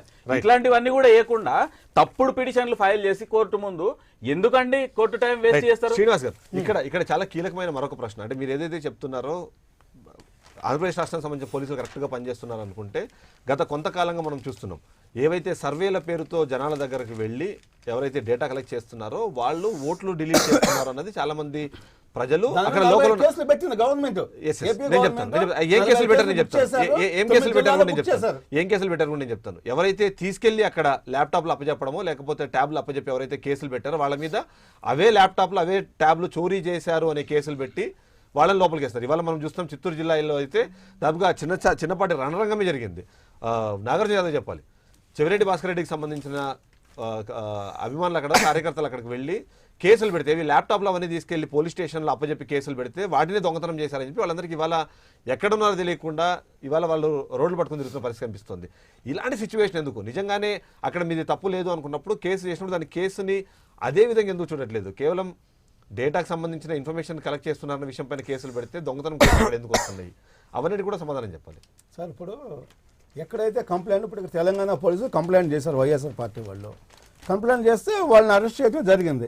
అయితే అరెస్ట్ కూడా midnight 1:50 మంది పంపించి, అంటే నేనేమన్నా అంటే చేయొచ్చు, అరెస్ట్ చేయొచ్చు, కానీ దానికి ఒక సిస్టమ్ లేకుండా చేస్తున్న దాంట్లోనే గవర్నమెంట్ కి ఇంట్రెస్ట్ ఉంది, పొలిటికల్ ఇంట్రెస్ట్ ఉంది అనే దాని మీద ఇక్కడ ఇష్యూ జరుగుతుంది. జరిగిందా లేదా అంటే అది దానికి ఎవరు దాన్ని ఎవరు అడ్డుకోవట్లేదు. పొలిటికల్ ఇంట్రెస్ట్ అనేది పక్కన పెడితే నిజంగానే ఒక రాష్ట్రానికి సంబంధించిన డేటాకి సంబంధించి ఏదైనా కేసు వచ్చినప్పుడు దాన్ని టాప్ ప్రియారిటీలో తీసుకోవాల్సిన అవసరం వస్తుంది. ఎందుకంటే మనమే మాట్లాడుతున్నాం, ఆయుధం అంటున్నాము, మనకు సంబంధించిన డేటా అంటున్నాము, ఆధార్ సంబంధించిన డేటా బయటకు వెళ్తుందనే డౌట్ వచ్చి ఆ డేటాకు సంబంధించిన యాక్సెస్ ని మొత్తాన్ని కట్ చేసే ప్రయత్నం చేస్తున్నాం. ఆధార్ని ఐడెంటిటీ కార్డుగా మీరు ఉపయోగించొద్దని అంటూ ఇప్పటికే సుప్రీంకోర్టు లాంటి వాళ్ళు కూడా చెప్తున్నారు. అలాంటప్పుడు ఇంత ఇంపార్టెంట్ డేటాని ఒక అనుమానం వచ్చింది, అది తప్పుడు కార్యక్రమాలు అంటే వాడుకునే అవకాశం ఉందన్నప్పుడు ఇంతకన్నా స్లోగా ఎలా రెస్పాండ్ అవ్వమంటారు? మీరు అర్ధరాత్రి వచ్చిన దాని మీద మీకు అబ్జెక్షనా, లేకపోతే దాని మీద వాళ్ళు సేవామిత్ర తెలుగుదేశం యాప్కు సంబంధించింది ఇది, దాంట్లో ఎక్కడ లేదు, పార్టీకి సంబంధించిన డేటా ఉందన్నారు. అంటే ఈ డేటాలో ఏమవుతుందో ఎవరైతే కీలకంగా వర్క్ చేస్తున్నారో వాళ్ళందరూ డేటా తీసుకుని మేము వాళ్ళ ఓట్లు తొలగించాలనేది ఒక ప్లాన్ చేశారు. అంటే ఆ ప్లాన్లో భాగంగా ఇవన్నీ జరిగిందని, అంతే తప్పితే వారికి ప్రతిపక్ష పార్టీకి వాళ్ళ పార్టీ ఎస్టాబ్లిష్ చేసుకోవచ్చు, దాని గురించి ఎవరికి ఇబ్బంది లేదు. కానీ తెలుగుదేశం దాంట్లో ఉన్నటువంటి వ్యక్తులు ఎన్ని కూడా డిలీట్, ఇప్పుడు ఒక ఏజెంట్ ఉన్నాయండి, ఆ ఏజెంట్కి అక్కడ ఉన్నటువంటి ఓటర్స్ అందరి మీద పూర్తిగా ఒక కమాండింగ్ ఉంటుంది. ఆ ఏజెంట్ని తొలగించారనుకోండి, ఆటోమేటిక్గా ఏమైంది, అక్కడ లోకల్గా ఉన్నటువంటి క్యాడర్కి ఒక రాంగ్ సిగ్నల్ పోయింది, అంటే ఐడెంటిఫికేషన్ ఉండదు అన్నమాట. అంటే పార్టీ డెఫినెట్గా పోల్ మేనేజ్మెంట్ ఉండదు అన్నమాట. పోల్ మేనేజ్మెంట్ లో భాగంగానే మనం కొన్ని డైరెక్షన్స్ ఇవ్వటం వైసీపీ పార్టీ అలాంటి చేసే అవకాశం ఉంది అంటే టీడీపీ పార్టీ కూడా అలాంటి అలా చేసే అవకాశం ఉంది అన్న విషయాన్ని మీరు ఇండైరెక్ట్ గా ఒప్పుకుంటున్నారా? ఎందుకంటే 54 లక్షలకు సంబంధించిన ఓట్లకు సంబంధించిన ఇష్యూ నడుస్తుంది ఆంధ్రప్రదేశ్ రాష్ట్రంలో. 4 లక్షల ఓట్లు మాకు తొలగించారు, 50 లక్షల బోగస్ ఓట్లు ఇప్పటికే ఉన్నాయంటూ వైసీపీ పార్టీ కూడా చెప్తుంది. దాన్ని అంటే మీరు ఈ 4 లక్షల ఓట్లు వాళ్ళు తొలగించారన్న వాదనకి మీరు చెప్తున్న వాదన బలం చేకూర్చే అవకాశం లేదంట. ఒకే వ్యక్తి కొన్ని వందలు ఏది ఫామ్ 7 ఇచ్చి ఇవన్నీ బోగస్గా సంబంధాలు, ఇప్పుడు నా ఓటు ఉంది, నాకు సంబంధం లేకుండానే వైసీపీ వాళ్ళు నా పేరు మీదే వీళ్ళకి అప్లికేషన్ పెట్టి తొలగించమని చెప్తున్నారు అనమాట. అంటే ఇలాంటి కొన్ని వందలు జరిగినాయి, దాని మీద కూడా విచారణ చేయాలని స్పష్టంగా చెప్పారు. కేసులు కూడా 45 బుక్ చేశారు.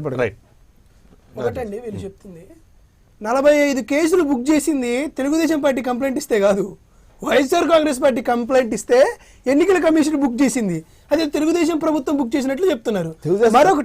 మరొకటి ఆసక్తికరమైన అంశం ఏంటంటే ఐటీ గ్రిడ్ లో ఉన్నటువంటిది డేటానే వైఎస్ఆర్ కాంగ్రెస్ పార్టీ దొంగలించి మేమే ఓట్లు చేస్తాం అంటున్నారు. కంప్లైంట్ ఒకటి పెట్టండి, ఎస్ రెడీ, మేము చెప్తున్నాం, కంప్లైంట్ పెట్టండి. ఎక్కడ పెడతారో, ఏ హైకోర్టులో రాస్తారో, ఏ ఎంక్వైరీకి ఇస్తారో, కేంద్ర హోంశాఖకు కానీ, తెలంగాణకు కానీ, సిబిఐకి కానీ, ఈడీకి కానీ, ఎన్ఐకి కానీ దేనికైనా ఒక కంప్లైంట్ పెట్టండి. ఎందుకు భయపడుతున్నారు అంటే ఇక్కడ ఒక సంస్థ పైన దాడి జరిగితే అడ్వకేట్ జనరల్ని తీసుకొచ్చి చంద్రబాబుతో చర్చలు జరిపి ఏదో జరుగుతూ ఉందని చెప్పి ప్రజలకి మభ్యపెట్టించడానికి మీరు ప్రయత్నం చేస్తున్నారా?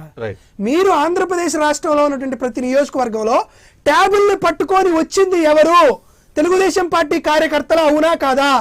వారందరి దగ్గర ట్యాబుల్ని తీసుకొని వాళ్ళని పట్టుకొని పోలీస్ స్టేషన్లో అప్పగిస్తే మీరు తీసుకున్నటువంటి చర్యలేంది? తిరిగి వైఎస్ఆర్ కాంగ్రెస్ పార్టీ ఎమ్మెల్యేల మీద మీరు కేసులు పెడుతున్నారు. ఒకవేళ నిజంగా మీదే మేము ట్యాంపరింగ్ చేసామనంటే ఎందుకు మీరు ఇంతవరకు యాక్షన్ తీసుకోలేదు? ఎందుకు ఐటీ గ్రిడ్ సంస్థ పైన దాడి జరగగానే మీకు మొత్తం మేమే ఏదో చేస్తున్నామని చెప్పి మీరు చెప్తున్నారు?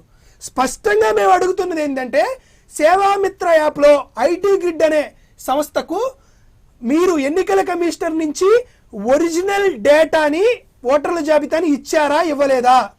ఒకవేళ ఇవ్వకపోతే మీ టీడీపీ వెబ్సైట్లో జనరల్గా ఎన్నికల కమిషన్ అన్ని పార్టీలకు ఓటర్ల జాబితా ఇస్తుంది, దాంట్లో ఓటర్లకు సంబంధించిన ఫోటోలు ఉండవు. తెలుగుదేశం పార్టీ వెబ్సైట్లో పెట్టినటువంటి ఓటర్ల జాబితాలో మొత్తం ఓటర్ల జాబితాలో ఓటర్ల ఫోటోలతో సహా దర్శనం ఇచ్చాయి.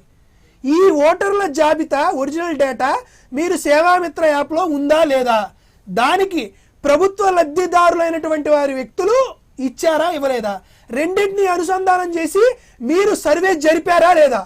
ఆల్రెడీ మీ దగ్గర తెలుగుదేశం పార్టీ డేటా ఉన్నప్పుడు ఎందుకు ఆ ట్యాబ్లో అవన్నీ పెట్టుకొని జనాల్లోకి వెళ్ళి మీరు ఓటు ఎవరికి వేస్తారు అని చెప్పి ఈ దాదాపుగా ఈరోజు చెప్తున్నారండి 8 లక్షల దరఖాస్తులు ఫామ్ 7 నుంచి వచ్చినాయి అంటే 5 పేజీలు ఉంటుంది ఫామ్ 7.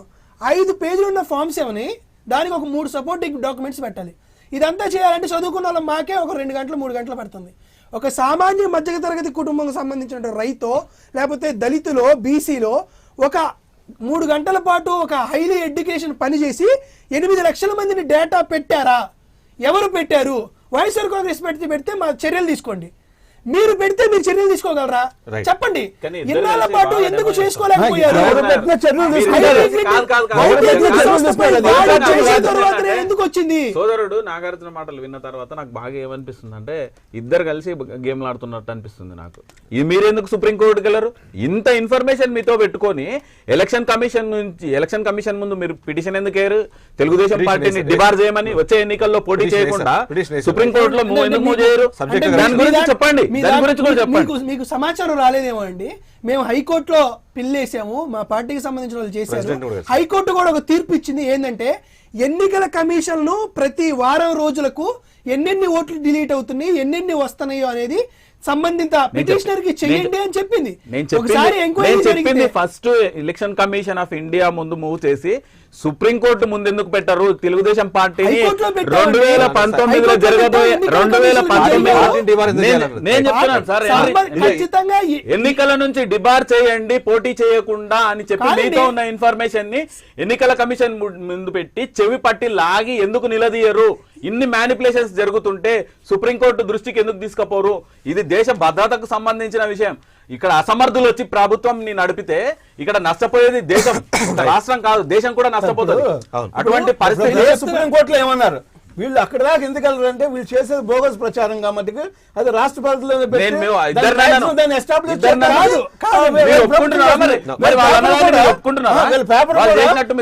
పెద్ద ఎత్తున దాన్ని ఆపేజ్ చేసి అంత బోగస్ ఉంది. మీ పేపర్ ఏ టూ జెడ్ అసలు ఆ పార్టీనే వేరే వాళ్ళ దగ్గర కబ్జా చేశారు.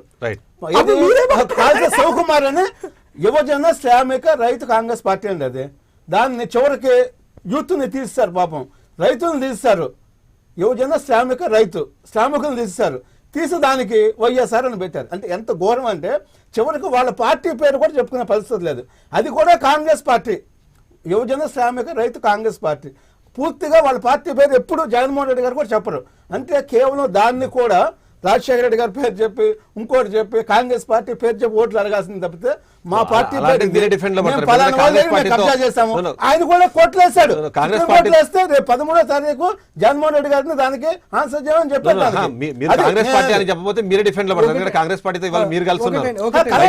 నేను కలవటం తప్పట్లు నేను అంటే మీ పార్టీ పేరు పెట్టుకుంటే రైతు కాంగ్రెస్ పార్టీ చెప్పుకోలేకపోతున్నారండి. ఒకటండి, ఇది పార్టీ టాపిక్ వచ్చింది కాబట్టి చెప్తున్నా. జగన్మోహన్ రెడ్డి గారు వైఎస్ఆర్ కాంగ్రెస్ పార్టీ పెట్టేటప్పుడు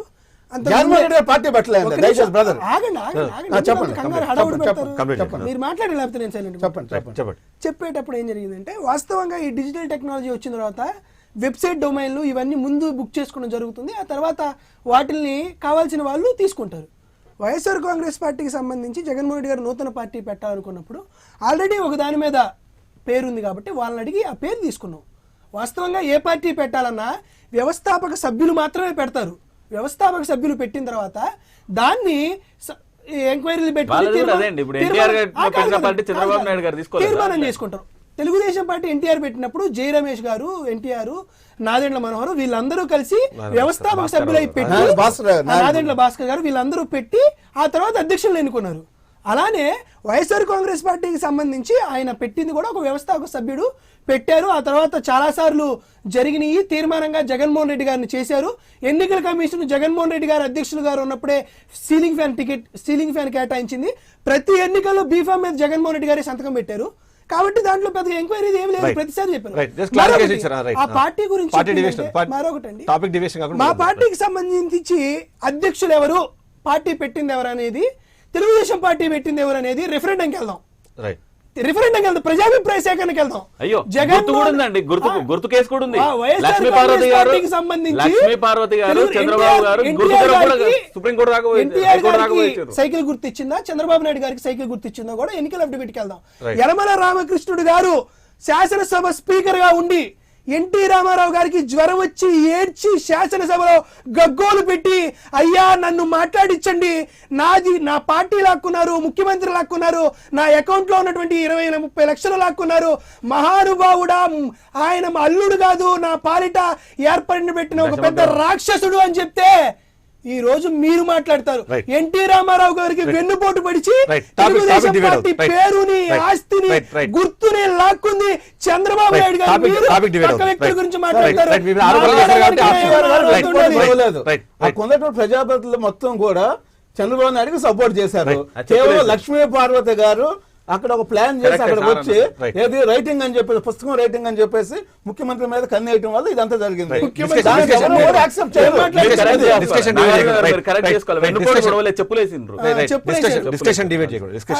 మేము ఇప్పుడు కూడా మేము స్పష్టంగా చెప్తున్నాం, ఓట్ల దాంట్లో అవకతవకలు జరుగుతున్నాయని మేము ఒక్కడమే కాదు, చాలా స్వచ్ఛంద సంస్థలు అనేటువంటి వ్యాస్ట్ కానీ ఎన్నో సంస్థలు చెప్పాయి. మేము రాష్ట్ర ఎన్నికల కమిషనర్ని మొదటి దశలో తెలిసాం. ఆ తరువాత వైఎస్ జగన్మోహన్ రెడ్డి గారు, ఎంపీల బృందం, మా పార్టీ ముఖ్య నాయకులు ఎన్నికల కమిషనర్ని కలిసింది. ఆ తర్వాత మా పార్టీకి సంబంధించిన లీగల్ సెల్ వాళ్ళు హైకోర్టుకు కూడా అప్రోచ్ అయ్యాం. ఒకవేళ నిజంగా జరిగిందని మేము ఖచ్చితంగా నమ్ముతున్నాం. జరిగి ఉంటే 100% తెలుగుదేశం పార్టీని బర్తరఫ్ చేయాల్సిందే, తెలుగుదేశం పార్టీ గుర్తింపును రద్దు చేయాల్సిందే. చంద్రబాబు నాయుడు గారిని, నారా లోకేష్ గారిని, ఇందులో తెర వెనుక ఉన్నటువంటి సూత్రధారులను, పాత్రధారులను రాజ్యానికి లోబడి, చట్టానికి లోబడి శిక్షించాల్సిందే. కాబట్టి కొంత సమయం ఇస్తాము, సందర్భాలు ఇస్తారు, కోర్టు కూడా మాకు న్యాయం జరుగుతుందని మేము నమ్ముతున్నాం. రాజ్యాంగం గురించి మాట్లాడుతున్నారు వైఎస్ఆర్ పార్టీ గారు. వాళ్ళ మీద 14 కేసులు ఉన్నాయి, ఇతర దేశాల్లో ప్రపంచం మొత్తం కేసులు ఉన్నాయి వాళ్ళ మీద. ఆ కేసులు కూడా సిబిఐ అవినీతికి సంబంధించిన కేసులు. 16 స్టేలు ఉన్నాయి, అది మీరు చెప్పట్లేదు. ఇప్పుడు చాలా ఇంపార్టెంట్ 2 ప్రశ్నలు. ఒకటి, ఈ రోజు వస్తున్న ప్రాథమిక సమాచారం ప్రకారం 3.5 కోట్ల మంది డేటా అక్కడ వాళ్ళు కలెక్ట్ చేసే ప్రయత్నం చేసేది ఫస్ట్ పాయింట్. నిజంగానే 3.5 కోట్ల మంది తెలుగుదేశం పార్టీ కార్యకర్తలు ఇవాళ ఆంధ్రప్రదేశ్ రాష్ట్రంలో ఉన్నారా? ఒకవేళ నిజంగా వాళ్ళందరూ మీ పార్టీ నాయకులే లేకపోతే మీ పార్టీ కార్యకర్తలు అయితే వాళ్ళ దగ్గరికి మళ్ళీ వెళ్ళి మీరు ఏ పార్టీకి ఓటేస్తారనో, లేకపోతే మీరు ఈ ప్రభుత్వ పథకాలతో హ్యాపీగా ఉన్నారో లేదో అనే ఇన్ఫర్మేషన్ గ్యాదర్ చేసే అవసరం ఎందుకు వచ్చింది? ఈ 2 ప్రశ్నలు మీరు సమాధానం చెప్పారు. 3.5 కోట్ల మంది పార్టీ వాళ్ళ ప్రజల దగ్గరికి వెళ్తారు, మాకు ఓట్లు అయిన అడుగుతారు, మేము ఇది చేసామంటారు, లేదా కొత్త పార్టీ లేదా మేము ఇది చేస్తామంటారు, ప్రభుత్వం కానీ మేము బెటర్గా చేస్తామంటారు. ఓటర్ దగ్గరికి వెళ్తాము, ఓటర్ యొక్క ఇన్ఫర్మేషన్ పెట్టుకుంటాం, తప్పేం కాదు. అది 3.5 కోట్ల మంది డేటా 2 తెలుగు రాష్ట్రాల్లో కలిపి 3.5 కోట్ల మంది, అంటే మీ లెక్క ప్రకారం 3.5 కోట్ల మంది కార్యకర్తలు, ఓన్లీ ఆంధ్రప్రదేశ్ 3.5 కోట్లు 3.5 కోట్ల మంది కార్యకర్తలు ఉన్నారా మీకు? 3.5 కోట్ల కార్యకర్తలు, 3.5 కోట్ల ఓటర్స్. మాకున్న కార్యకర్తలు 70 lakhs అన్నమాట తెలుగుదేశం పార్టీ. సో ఈ లెక్క అది సేవా మిత్ర తెలుగుదేశం పార్టీ యాప్. అలా 3.5 కోట్ల మంది డేటా ఎక్కడి నుంచి వచ్చింది? అంటే దాంట్లో 3.5 కోట్ల మంది డేటా ఎలా వచ్చింది? అంటే ఈ లెక్క ప్రకారం చూస్తే ఖచ్చితంగా 3.5 కోట్ల ఓటర్ల డేటా అందులోకి ట్రాన్స్ఫర్ అయినట్టుగా ఇండైరెక్ట్ గా ఒప్పుకున్నట్టే మీరు. లేదు, నేనేమంటున్నా అంటే అది తెలుగుదేశం పార్టీకి సంబంధించింది. గవర్నమెంట్ అఫీషియల్ గానే వాళ్ళకి ఇచ్చి మా ప్రభుత్వం ఒక అండర్స్టాండింగ్ చేసుకుని జీవోలు కూడా ఉన్నాయి, దాంట్లో ఎక్కడ దాపరకం లేదు. క్రియేట్ చేసి ఇవన్నీ చేయాల్సిన అవసరం లేదు. సంస్థకి ఎందుకు ఇచ్చారంటే జీవోలు కూడా ఉన్నాయని మీరు దానికి చెప్తారు. జీవోలు ఉంటే కదా సీక్రెట్ ఏముంది? ఈ రకంగా ఇంప్లిమెంట్ చేయమని చెప్పింది, అది చేస్తున్నారు అంతే తప్పితే లేకుండా సీక్రెట్ గా మేము మీకు మళ్ళీ ఒప్పందాలు పెట్టిన కిట్ ప్రోగా పెట్టుకుని 15 కేసుల్లో ముద్దాయిలుగా మేము లేం కదా. మేము కాదండి, కేసుల గురించి వచ్చింది కాబట్టి చెప్తున్నాండి. జగన్మోహన్ రెడ్డి గారి పైన పెట్టిన కేసులు ఎవరో బాధితులో నిందితులో పెట్టింది కాదు. కాదండి, జగన్మోహన్ రెడ్డి గారు పెట్టిన కేసులు స్టేషన్ పరిధి దాటి, కోర్టు పరిధి దాటి ఛార్జ్ షీట్లు అయిపోయి కోర్టు తీర్పు కోసం వేచి ఉండే కేసులు కాబట్టి కోర్టు నిర్ణయించింది ఎవరేంటని. చంద్రబాబు నాయుడు గారి మీద ఉన్నటువంటి 16 కేసులు విచారణ జరగల, అది స్టేషన్ లో రిజిస్టర్ అవ్వకుండా ఆగిన కేసులు కొన్ని ఉన్నాయి, స్టేషన్ లో విచారణ జరగకుండా ఆగినటువంటి కేసులు ఉన్నాయి, కోర్టుకు వెళ్లి స్టేలు తెచ్చుకున్నటువంటి కేసులు కొన్ని ఉన్నాయి. అన్ని వ్యవస్థలో చంద్రబాబు నాయుడు గారికి సామాజిక ఆర్థిక రాజకీయ మిత్రత్వం వల్లనే అవన్నీ ఆగిపోయినాయి. ఎత్తిరిచ్చి విచారణకు ముందుకు వెళ్ళండి. మీరు స్వయంగా ఆయన మీద కేసులు చంద్రబాబు నాయుడు గారి మీద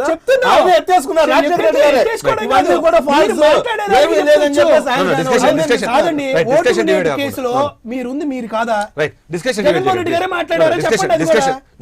డిబేట్ అవుతుంది. అంటే ఇక్కడ నా ప్రశ్న చాలా క్లియర్ గా ఉంది. 3.5 కోట్ల డేటా అన్నది ఎక్కడి నుంచి వచ్చింది? మీరు అఫీషియల్ గా చెప్తున్న ప్రకారం 70 లక్షల మంది మాత్రమే మీ కార్యకర్తలు ఉన్న నేపథ్యంలో 3.5 కోట్ల డేటా ఎక్కడిది? ఈ డేటా ఖచ్చితంగా ఇండైరెక్ట్ గానో డైరెక్ట్ గానో మీరు ఒప్పుకున్నట్టు. ఎందుకంటే చౌర్యమా, మ్యానిపులేషనా, లేకపోతే డేటా లీకా పక్కన పెడితే బ్లూ ఫ్రాగ్ అనే సంస్థ మీరు ఏదైతే డిప్లాయ్ చేసిన సంస్థలో నుంచి మీరు మీ పార్టీ అవసరాల కోసం వినియోగించుకునే ఐటీ గ్రిడ్ అనే సంస్థకు డైరెక్ట్గా డేటా ట్రాన్స్ఫర్ జరిగిందనేది ఇవాళ నమ్మాల్సిన అవసరం అయితే చాలా క్లియర్గా అనిపిస్తుంది. మీరు దాన్ని ఎలా డిఫెండ్ చేసుకుంటారు? మీరు కేవలం ఇది 2 రాష్ట్రాల మధ్యలో లేదా 2 రాష్ట్ర ప్రజల మధ్యలో గొడవగా తీసుకొని వచ్చేది సార్. తెలుగుదేశం పార్టీకి సంబంధించిన డేటా ఉండేది. దాంట్లో వాళ్ళు తెలుగుదేశం పార్టీకి సంబంధించినటువంటి ముఖ్యమైన కార్యకర్తలు ఎవరు ఏ యాక్టివిటీ చేస్తున్నారు అలా అనుకుంటే ఐటీ గ్రిడ్ మీద పోలీసులు దాడి చేస్తే తెలుగుదేశం పార్టీ ఇన్ఫర్మేషన్ కదా, పార్టీకి సంబంధించిన ఇన్ఫర్మేషన్ తెలుగుదేశం పార్టీ తరఫున మీరు కోర్టులో కేసులు వేయాలి. కానీ ఏజీ వచ్చి ఆ కేసులు వాదించాల్సిన అవసరం ఎందుకు ఏర్పడింది? గవర్నమెంట్ ఇన్వాల్వ్మెంట్ ఇందులోకి ఎందుకు వస్తుంది? కేవలం అది ఐటీ గ్రిడ్ సంస్థ, అది కూడా మీ తెలుగుదేశం పార్టీకి సంబంధించిన డేటాను మేనేజ్ చేస్తుంటే టీడీపీ పార్టీగా మీకు అన్ని రకాల హక్కులు ఉన్నాయి. కేసులు వేయచ్చు, మీరు ఏమైనా చేయొచ్చు. కానీ దీనిలో ప్రభుత్వ ఇన్వాల్వ్మెంట్ ఎందుకు వస్తుంది? ఏజీ లాంటి వ్యక్తి వచ్చి ఆ కేసులు తెలుగుదేశం ప్రభుత్వమే కదండి. అయితే ప్రభుత్వం తెలుగుదేశం పార్టీ సొంత ప్రభుత్వం అక్కడ తెలుగుదేశం పార్టీకి సంబంధించిన డేటా ఇచ్చారు. దాన్ని ఇక్కడ తెలంగాణ గవర్నమెంట్ వాంటెడ్ గా దాన్ని తీసుకుని ఎస్టాబ్లిష్ చేసి పెట్టింది కూడా విజయసాయి రెడ్డి గారు ముందు కంప్లైంట్ చేసింది. అంటే గుంటూరులో మిస్సింగ్ కేసు రిజిస్టర్ అయితే గుంటూరు పోలీస్ కి సంబంధించి నా ప్రశ్న ఏంటంటే తెలుగుదేశం పార్టీకి సంబంధించిన ఒక కేసుకి రాష్ట్ర ప్రభుత్వానికి సంబంధించిన వ్యక్తులు వచ్చి ఆ కేసులు వాదించవచ్చా? దాన్ని ఆయన పార్టీ జాతీయ అధ్యక్షులుగా ఉన్నారు, అలాగే రాష్ట్ర ముఖ్యమంత్రిగా ఉన్నారు. ఏ హోదాలో ఆ కేసుని ఏజీ స్థాయి వ్యక్తిని తీసుకెళ్లి అక్కడ డిస్కస్ చేసి కేసు ముందుకు తీసుకెళ్లారు? డెఫినెట్ గా సెల్ఫ్ గోల్ ఇది. ఎందుకంటే ఇక్కడ కేసులు ఏం రిజిస్టర్ అయినాయి వీళ్ళ మీద? డాటా చౌర్యము, దాన్ని వేరే రకాలుగా వాడుకుంటున్నారు అని. అంటే ఇప్పుడు అండర్టేక్ చేసినట్టు అవుతుంది. గవర్నమెంట్ అండర్టేక్ చేసినప్పుడు అడ్వకేట్ జనరల్ వచ్చిందంటే ఇది ప్రభుత్వానికి సంబంధించిన కేసు. అదే చూస్తున్నాను, సూర్యప్రకాష్ గారు అటెండ్ అయినారు. ఆయన government pleader, special government pleader Andhra Pradesh తరఫున. ఆయన వచ్చి వాదించిండు అన్నప్పుడు ఇక్కడ ఉన్న వ్యక్తులు, ఇక్కడ పర్మనెంట్ రెసిడెంట్స్, వీళ్ళ మీద వాళ్ళు ఎట్లా కేసు రిజిస్టర్ చేస్తారు? రిజిస్టర్ చేసిండ్రు అనుకుందాం కాసేపు, రిజిస్టర్ చేస్తే అది పోలీసు రికార్డు చేయాల్సిందే. ఇక్కడ ఉన్న వ్యక్తుల మీద మరి అక్కడ మిస్సింగ్ కేసు ఎట్లా చేస్తారు? అది ఆంధ్రప్రదేశ్ ప్రభుత్వం చెప్పాలి. ఈ డాటా చౌర్యం అనేది క్లారిటీగా కనిపిస్తుంది. ఇప్పుడు వీళ్ళే చెప్తున్నారు, ఒప్పుకుంటున్నారు, దీంట్లో ఉన్నారా లేదా, మా లబ్ధిదారుల్లో ఉన్నారా లేదా, ఓటర్లు వెరిఫై చేస్తున్నాం, ఫోటోలతో సహా ఉన్నాయంటున్నారు. ఒక వ్యక్తి, ఒక ఎమ్మెల్యే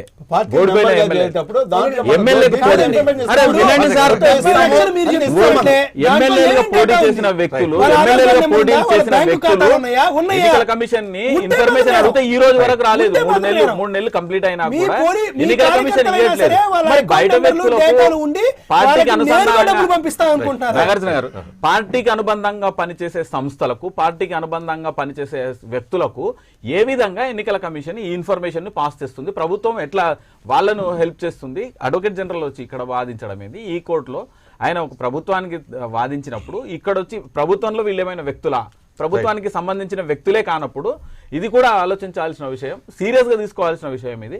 ప్రభుత్వం, తెలంగాణ ప్రభుత్వం కూడా దాని మీద కసరత్తు చేయాల్సిన అవసరం అయితే ఖచ్చితంగా ఉంది. రైట్, ఒకసారి కాలర్స్ ని మనం ఒకసారి చూస్తున్నాం. విశ్వాస్ బెంగళూరు నుంచి. విశ్వాస్ గారు good morning sir. Good morning, చెప్పండి అభిప్రాయం చెప్పండి. బెంగళూరు చెప్పండి సార్. తెలుగుదేశం ప్రభుత్వం ఎంత దరిద్రంగా తయారైందంటే చాలా లక్షల ఓట్లు తొలగించడం జరిగింది. అది అందరికీ తెలిసిందే, ప్రతి ఒక్కరికి తెలిసిన విషయమే. అయితే ఏంటంటే కొన్ని పోలీసులు కూడా చాలా మంది 70% పోలీస్ డిపార్ట్మెంట్ కూడా వీళ్ళ తరపున చేంజ్ చేసుకున్నట్టు వీళ్ళ వైపుకి మార్చేసుకుని కూడా చాలా దారుణమైన పరిస్థితులు. లా అండ్ ఆర్డర్ కూడా వాళ్ళ చేతిలో. ఎగ్జాంపుల్ యాక్చువల్ గా 3 రోజుల క్రితం జనసేన పార్టీ కార్యకర్తలు అరెస్ట్ చేసి ఎఫ్ఐఆర్ ఫైల్ చేయకోకుండా వాళ్ళని అరెస్ట్ చేయటం, ఆ ప్లేస్ తిప్పి కొట్టడం, రాత్రి పెద్ద గొడవ చేసే కానీ విడుదల చేయలేదు. అలాంటి దారుణమైన పరిస్థితుల్లో తెలుగుదేశం తయారైంది. ఎంత వరుసగా తయారైందంటే ఈ 2019 లో కూడా ఇంత వరుసగా తయారైంది తెలుగుదేశం ప్రభుత్వం. తర్వాత ఇంకోటి, తెలుగుదేశానికి నిజాయితీగా నువ్వు నిరూపించుకోవాలనుకుంటే ఎవరికైతే ఓట్లు లేవో వాళ్ళని ఆధార్ కార్డుతో ఓట్లు వేయించే పద్ధతి కల్పించండి. అప్పుడు మీ నిజాయితీ నిరూపించుకోండి. తెలుగుదేశం వాళ్ళకి ఇది డైరెక్ట్ క్వశ్చన్. ఇది నేను చేస్తున్నాను. అది సెంట్రల్ లెవెల్లో జరగాల్సిన డెసిషన్. అలాగే మీ ఈ ప్రభుత్వం తరపున ట్రై చేయండి, మీరు అప్లై చేయండి. తర్వాత ఇంకొకసారి కొంతమంది 70% పోలీస్ డిపార్ట్మెంట్ ని తెలుగుదేశం ప్రభుత్వం వాడుకుంటుంది. ఆయన ఎవరు వైఎస్ఆర్సీపీ స్పోక్ పర్సన్ గుడ్డలు చింపుకుని ఆయన గొంతు చించుకుని అరుస్తా ఉన్నాడు. పూర్ణసాగర్ అనే వ్యక్తిని పోలీసులు అరెస్ట్ చేశారు. ఏ కారణం లేకుండా ఎందుకు అరెస్ట్ చేస్తారు పోలీసులు? 30% పోలీసులు నిజాయితీగా ఉన్నారు, 70% పోలీసులు నిజాయితీగా లేరు. పూర్ణసాగర్ అనే వ్యక్తి ఫేస్బుక్ లో చూడండి, అతను గుంటూరు పార్టీ ఆఫీస్ ని దాడి చేసింది మేమే, తర్వాత చైతన్య రథాల మీద దాడి చేసింది పెట్టట్లేదా? జనసేనకు సంబంధించిన వాళ్ళు సోషల్ మీడియాలో పెట్టట్లేదా? జనసేన కాంగ్రెస్ పార్టీకి సంబంధించినటువంటి వాళ్ళు పెట్టలేదా? అంటే మీకు తెలుగుదేశం పార్టీతో కుమ్మక్కైందని జనసేన పార్టీ పైన ఫేస్బుక్ పోస్ట్ పెట్టిన వ్యక్తిని తెలుగుదేశం పార్టీతో కుమ్మక్కయ్యి అరెస్ట్ చేయించింది మీరేనా? ఏందయ్యా మీరు మాట్లాడుతుంది? చెప్పండి మరి, మీరు పోలీస్ స్టేషన్ పెట్టినట్లు లేదా? జనసేన పార్టీ మీరు మాట్లాడతారా? మీరు మాట్లాడేది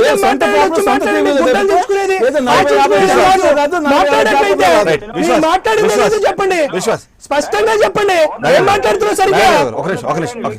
ఫేస్బుక్ లో చూడు, పూర్ణసాగర్ అనే వ్యక్తి డైరెక్ట్ గా నేనే చేయించాను.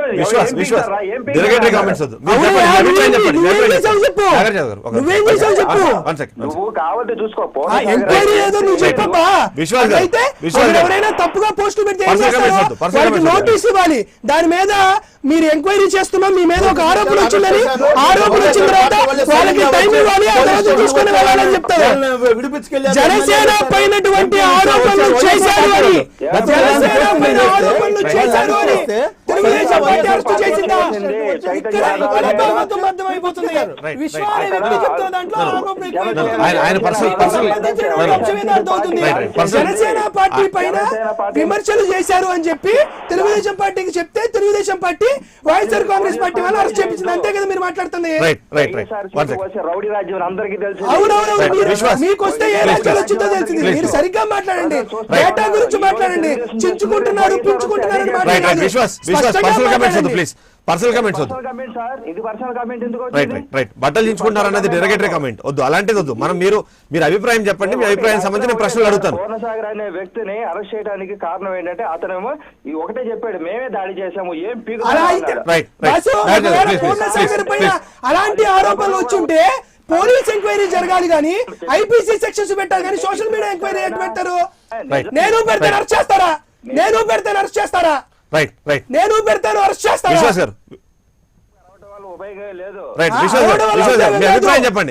తెలుగుదేశం పార్టీతో కుమ్మక్కయ్యి జనసేన పార్టీకి సంబంధించిన వాళ్ళు తెలుగుదేశం పార్టీతో కుమ్మక్కయ్యి సోషల్ మీడియా పోస్టులు పెడుతున్నారు. 100కు పెడతారు. ఇప్పుడే అన్నారండి జనసేన సైనికులను కూడా అరెస్ట్ చేశారు, జనసేన వారిని కూడా అరెస్ట్ చేశారు. మేము స్పష్టంగా అడుగుతున్నాం, సోషల్ మీడియా కార్యకర్తలు ఎవరిని అరెస్ట్ చేసినా కూడా తప్పే, అది ఏ పార్టీకి సంబంధించిన వాళ్ళైనా తప్పే అని మేము అడుగుతా ఉంటే మీరు మీ పార్టీకి సంబంధించిన వాళ్ళు చేస్తూ ఉంటే ఎలా చేస్తారండి? సోషల్ మీడియాలో తెలుగుదేశం పార్టీకి సంబంధించినటువంటి అధికార ప్రతినిధులే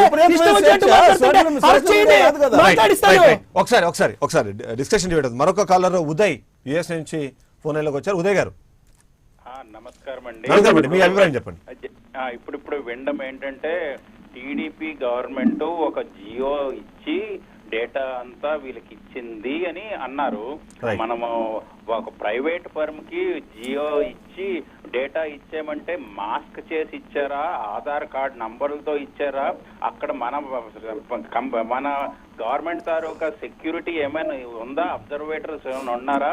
మన ప్రైవేట్ మన డేట్ ఆఫ్ బర్త్ లేకపోతే ఆధార్ నంబర్లు, సోషల్ సెక్యూరిటీ నంబర్లు ఇవన్నీ ఇచ్చి ఒక ప్రైవేట్ ఫర్మ్ కి ఇవ్వడానికి, అది కూడా వాళ్ళ పార్టీ యూస్ కోసము. దే ఆర్ జియో ఇచ్చుకొని పార్టీ యూస్ కోసం వాళ్ళ పార్టీ బెనిఫిట్స్ ఇవ్వడానికి సబ్జెక్ట్ కరెక్షన్ నాకు కాదు. బ్లూ ఫ్రాగ్ అనే సంస్థకి డేటా కలెక్ట్ చేయడానికి పర్మిషన్ ఇచ్చింది. అలా కలెక్ట్ చేసిన డేటాని వాళ్ళ బ్లూ ఫ్రాగ్ సంస్థ నుంచి అది ఐటీ హబ్ అనే దానికి ఐటీ గ్రిడ్ అనే సంస్థకి వెళ్ళింది అన్నది ఇప్పుడు ఆరోపణ. అవునండి, సుమోటోగా సుప్రీంకోర్టు ఏమన్నది, Aadhaar number should not be displayed, Aadhaar number should be masked. అది ఎలా ఇచ్చేస్తారు? వీళ్ళకి ఏ అథారిటీ ఉంది? వాళ్ళ ఓన్ పార్టీ బెనిఫిట్ కి వీళ్ళే జియో ఇచ్చుకొని వాళ్ళ పార్టీ బెనిఫిట్ కి వాళ్ళే ఇచ్చేసుకొని ఏంటండి ఇది? Do they think it's there property, heritage సొమ్ము అనుకున్నారా, లేకపోతే రాష్ట్ర ప్రజల జీవితాల తాలూకా డేటా అనుకున్నారా? Right right thank you Uday గారు, మీ అభిప్రాయం తెలియజేసినందుకు. ఫైనల్ కన్క్లూషన్కి వద్దాం. నాగార్జున యాదవ్ గారు, కన్క్లూజన్ అంటే మొత్తంగా మీరు ఇప్పుడు ఏం కోరుకుంటున్నారు? దీనికి సంబంధించి డేటా చౌర్యం జరిగిందా లేదా అన్నది విచారణ తర్వాతనే తెలుస్తుంది. అంటే మీ అనుమానాలు అయితే ఖచ్చితంగా జరిగింది, తద్వారా ఏదో రాష్ట్రానికి జరుగుతున్న నష్టం గురించి మీరు మాట్లాడుతున్నారు. మీరు ఫైనల్గా కోరుకునేది ఏంటి? ఎలాంటి చర్యలు తీసుకోవాలంటే? అనుమానాలు కాదండి, సాక్ష్యాధారాలతో సహా. అంటే ఎవరైతే ఇంటికి వెళ్ళి సర్వే చేశారో వాళ్ళ ట్యాబులతో సహా అన్ని అంశాలను మేము ఎన్నికల కమిషనర్కు, హైకోర్టుకు మొత్తం చెప్పాం. డేటా జరిగిందా, ట్రాన్స్ఫర్ జరిగింది, దాన్ని బేస్ చేసుకునే ఓట్ల తొలగింపు జరిగింది. దీని మీద సత్వరంగా విచారణ జరిగి ఖచ్చితంగా ప్రతి సామాజికమైనటువంటి వయోజన ఓటు హక్కు ప్రతి ఒక్కరికి వచ్చేలాగా ఏర్పాటు చేసి, ఇలాంటి కుతంత్రాలు చేసి ఆంధ్రప్రదేశ్లో రాష్ట్రంలోని ప్రాథమిక హక్కులను భంగం కాటిస్తూ ఉన్నటువంటి తెలుగుదేశం పార్టీ పైన ఎన్నికల కమిషన్ ఖచ్చితంగా చర్యలు తీసుకోవాల్సిందే అనేది మా ప్రధానమైనటువంటి demand. Right, conclusion. YSR party bogus complaint చేస్తుంది. రాష్ట్రంలో అనేక అంటే కొన్ని లక్షల ఓట్ల మీద కూడా కొంతమంది వ్యక్తులు ఒక టీముగా ఏర్పడి పార్టీ డైరెక్షన్లోనే, పార్టీ ఆఫీస్లోనే ఇదంతా కూడా ఈ తతంగం జరుగుతుంది. కేవలం గవర్నమెంట్ మీద ఒక దుష్ప్రచారం చేయడం జరుగుతుంది. గతంలో ఇవన్నీ చేశారు, వీళ్ళకి వాళ్ళేం కొత్త కాదు, ఇవన్నీ ఈజీగా ఎక్స్పర్ట్స్గా ఉన్నారు కాబట్టి ఇవన్నీ చేస్తున్నారు. దానికి ప్రశాంత్ కిషోర్ కింద అతను కూడా మరి కొన్ని వేల కోట్ల రూపాయలు తీసుకొచ్చేసి ఇలాంటి అడ్వైజర్లు కూడా తీసుకుంటాం అనేది అందరికీ చాలా కామన్గా తెలిసిన ఇష్యూ. అందుకని డెఫినెట్గా వైఎస్ఆర్ పార్టీ యొక్క పరిస్థితి రాష్ట్ర ఓటర్లు అందరూ గ్రహిస్తారు. రేపు రాబోయే ఎన్నికల్లో వాళ్ళు డెఫినెట్గా బుద్ధి చెప్తారు. ప్రశాంత్ కిషోర్ గారు పనిచేశారంటున్నారు. 2014 ఎన్నికల్లో మీరు బీజేపీతో పొత్తు పెట్టుకున్నప్పుడు ప్రశాంత్ కిషోర్ గారు బీజేపీ తెలుగుదేశం పార్టీ కూటమికి ప్రశాంత్ కిషోర్ గారు కూడా ఉన్నారు. అంటే అప్పుడు కూడా మీరు ఇట్లానే డేటా ట్యాంపరింగ్ చేశారా? బీజేపీ చేశారు, మళ్ళీ ఇప్పుడు ప్రశాంత్ కిషోర్ మళ్ళీ వెళ్ళిపోతే మళ్ళీ పంపించారు. ఇప్పుడు జగన్మోహన్ రెడ్డి కూడా సపోర్ట్ చేయాలని మోడీ గారు, జగన్మోహన్ రెడ్డి గారు ఉన్నారు. ఐటీ గ్రిడ్ సంస్థ చైర్మన్ కూడా ప్రశాంత్ కిషోరే. జగన్మోహన్ రెడ్డి గారే బ్లూ ఫాక్స్ దానికి చైర్మన్, ఆయనే మెయిల్ పంపించారని చెప్పలేదు. అంతకు మించి సంతోషం. అంటే ఓవరాల్ అంటే ఈ కేసుని అంటే ఇప్పుడు మొత్తం నిర్వహిస్తున్న తీరు కానివ్వండి, ఈ విచారణ జరుగుతున్న తీరుని చూస్తే రాష్ట్ర ప్రభుత్వానికి కూడా దీన్ని అంటగట్టారు. ఎందుకంటే తెలంగాణ రాష్ట్రానికి సంబంధించిన దాన్ని కూడా ఇక్కడ అంటే దాన్ని కూడా శంకించే పరిస్థితి ఉన్నప్పుడు దీన్ని ఎలా డీల్ చేయాలంటారు? దీంట్లో సింపుల్గా అంటే చాలా కొన్ని లీగల్ పాయింట్స్ చాలా క్లియర్గా అర్థమవుతుంది. ఏజీ వచ్చి వాదించడం కానివ్వండి, ఇలాంటి వాటిని చూస్తే దాన్ని కన్క్లూజన్ ఇవ్వండి, ఎలా డీల్ చేస్తే బాగుంటుంది? యాక్చువల్గా ఇక్కడ పొరపాటు జరిగినట్టు క్లారిటీ కనిపిస్తున్నప్పుడు తెలంగాణ ప్రభుత్వం చొరవ అనేది అసలు లేనే లేదు. తెలంగాణ ప్రభుత్వానికి ఉండే సమస్యలు వాళ్ళకు ఉన్నాయి, వాళ్ళు చేసే కేసులు వాళ్ళకు ఉంటాయి. ఈ కేసుతోనే వాళ్ళకి ఏమాత్రం ఇంట్రెస్ట్ లేదు. ఖచ్చితంగా ఐఎమ్ డిమాండింగ్ ఎన్నికల కమిషన్ ఇక్కడ నుంచి డిమాండ్ చేస్తున్నా లైవ్ నుంచి ఖచ్చితంగా సుమోటో కేసులు రిజిస్టర్ చేయాలా? అసలు ఎట్లాంటి జీవోలు ఏమైనా ఉన్నాయా? ఫస్ట్ మీరు ఎంక్వైరీ చేయండి. అసలు దేశ భద్రతకు సంబంధించిన ఇష్యూ ఇది. పూర్తి స్థాయిలో కేంద్ర ప్రభుత్వం కూడా ఇన్వాల్వ్ కావాలి ఇందులో. సిబిఐ ఎంక్వైరీ కూడా అవసరం ఉంది. సిబిఐ ఆంధ్రాకు అవసరం లేదని వీళ్ళు అన్నప్పుడు మరి ఇప్పుడు వీళ్ళు ఇన్ని తప్పులు చేస్తున్నప్పుడు ఎక్కడ వస్తుందో అని చెప్పి భయంతోనే సిబిఐ రావద్దు అన్నట్టు కనిపిస్తుంది. అంతే తప్ప ఇవన్నీ బయటకు వస్తాయని డిస్క్లోజ్ అవుతాయన్న విషయం క్లియర్గా కనిపిస్తుంది. తెలంగాణ ప్రభుత్వానికి ఏ మాత్రం సంబంధం లేదు. లీగల్గా చెప్తున్నాను నేను. జ్యూరిస్డిక్షన్ ఇక్కడ ఉంటున్న వ్యక్తుల మీద గుంటూరులో మీరు కంప్లైంట్ ఎట్లా రిజిస్టర్ చేస్తారు? మరి తెలంగాణ ప్రభుత్వం తరఫున వాదించే అడ్వకేట్లు కూడా వాళ్ళు డెఫినెట్గా యాక్షన్ తీసుకోవాలి దాని మీద. ప్రభుత్వం తరఫున ఉన్న వాళ్ళు ఇక్కడ వచ్చి ఈ కేసులు ఎట్లా ఫైల్ చేస్తారు? అక్కడ ఉన్న వాళ్ళు ఎంక్వైరీ చేసుకోవచ్చు. పోలీసుల తరఫున ఫైల్ చేస్తే పోలీసులు రావాల్సింది, పోలీసులు ఫైల్ చేయాల్సింది. అది దొరకట్లేదని వాళ్ళ తండ్రి గారిని అక్కడ కేసులు రిజిస్టర్ చేయించి ఆ కేసులో వీళ్ళు ఇక్కడ రావడం అనేది అంటే చాలా అత్యుత్సాహం ప్రదర్శిస్తుంది. అంటే ఏదో సంథింగ్ ఈజ్ దేర్, ఇందులో ఏదో ఉన్నట్టు మాత్రం ఖచ్చితంగా కనిపిస్తుంది. సుమోటో కేసులు రిజిస్టర్ చేయాలి కేంద్ర ప్రభుత్వం, సిబిఐ కావచ్చు, ఎన్నికల కమిషన్ కావచ్చు యాక్షన్ తీసుకుంటే తప్ప భవిష్యత్ అనేది సెట్ కానట్టుగా అనిపిస్తుంది. Right. Thank you very much Arun Kumar garu, thank you very much Srinivas garu, thank you very much Nagarjuna Yadav garu. అలాగే ఫోన్ లైన్లో వచ్చి తమ అభిప్రాయాలు తెలియజేసిన వాళ్ళందరికీ ప్రత్యేక కృతజ్ఞతలు. ఓవరాల్గా చూస్తే మాత్రం ఇది 2 రాష్ట్ర ప్రభుత్వాలకు సంబంధించిన ఇష్యూగా ఇవాళ మారిన పరిస్థితి కనిపిస్తుంది. అది కేవలం 2 వ్యక్తుల నుంచి స్టార్ట్ అయ్యి అది 2 పార్టీలకు సంబంధించిన ఇష్యూగా మారి ఆ తర్వాత 2 రాష్ట్ర ప్రభుత్వాలను ఇబ్బంది పెట్టే పరిస్థితి వస్తుందని మాత్రం దీని మీద విచారణ ఖచ్చితంగా నీట్గా జరగాలి. దానిలో నిజాలు ఏంటని బయటికి రావాలందరూ కోరుకుంటున్నట్టుగానే ప్రైమ్ 9 కోరుకుంటుంది. ఇది వాళ్ళ హాట్ టాపిక్. రేపటి హాట్ టాపిక్లో మళ్ళీ కలుద్దాం. Stay tune to prime 9 news.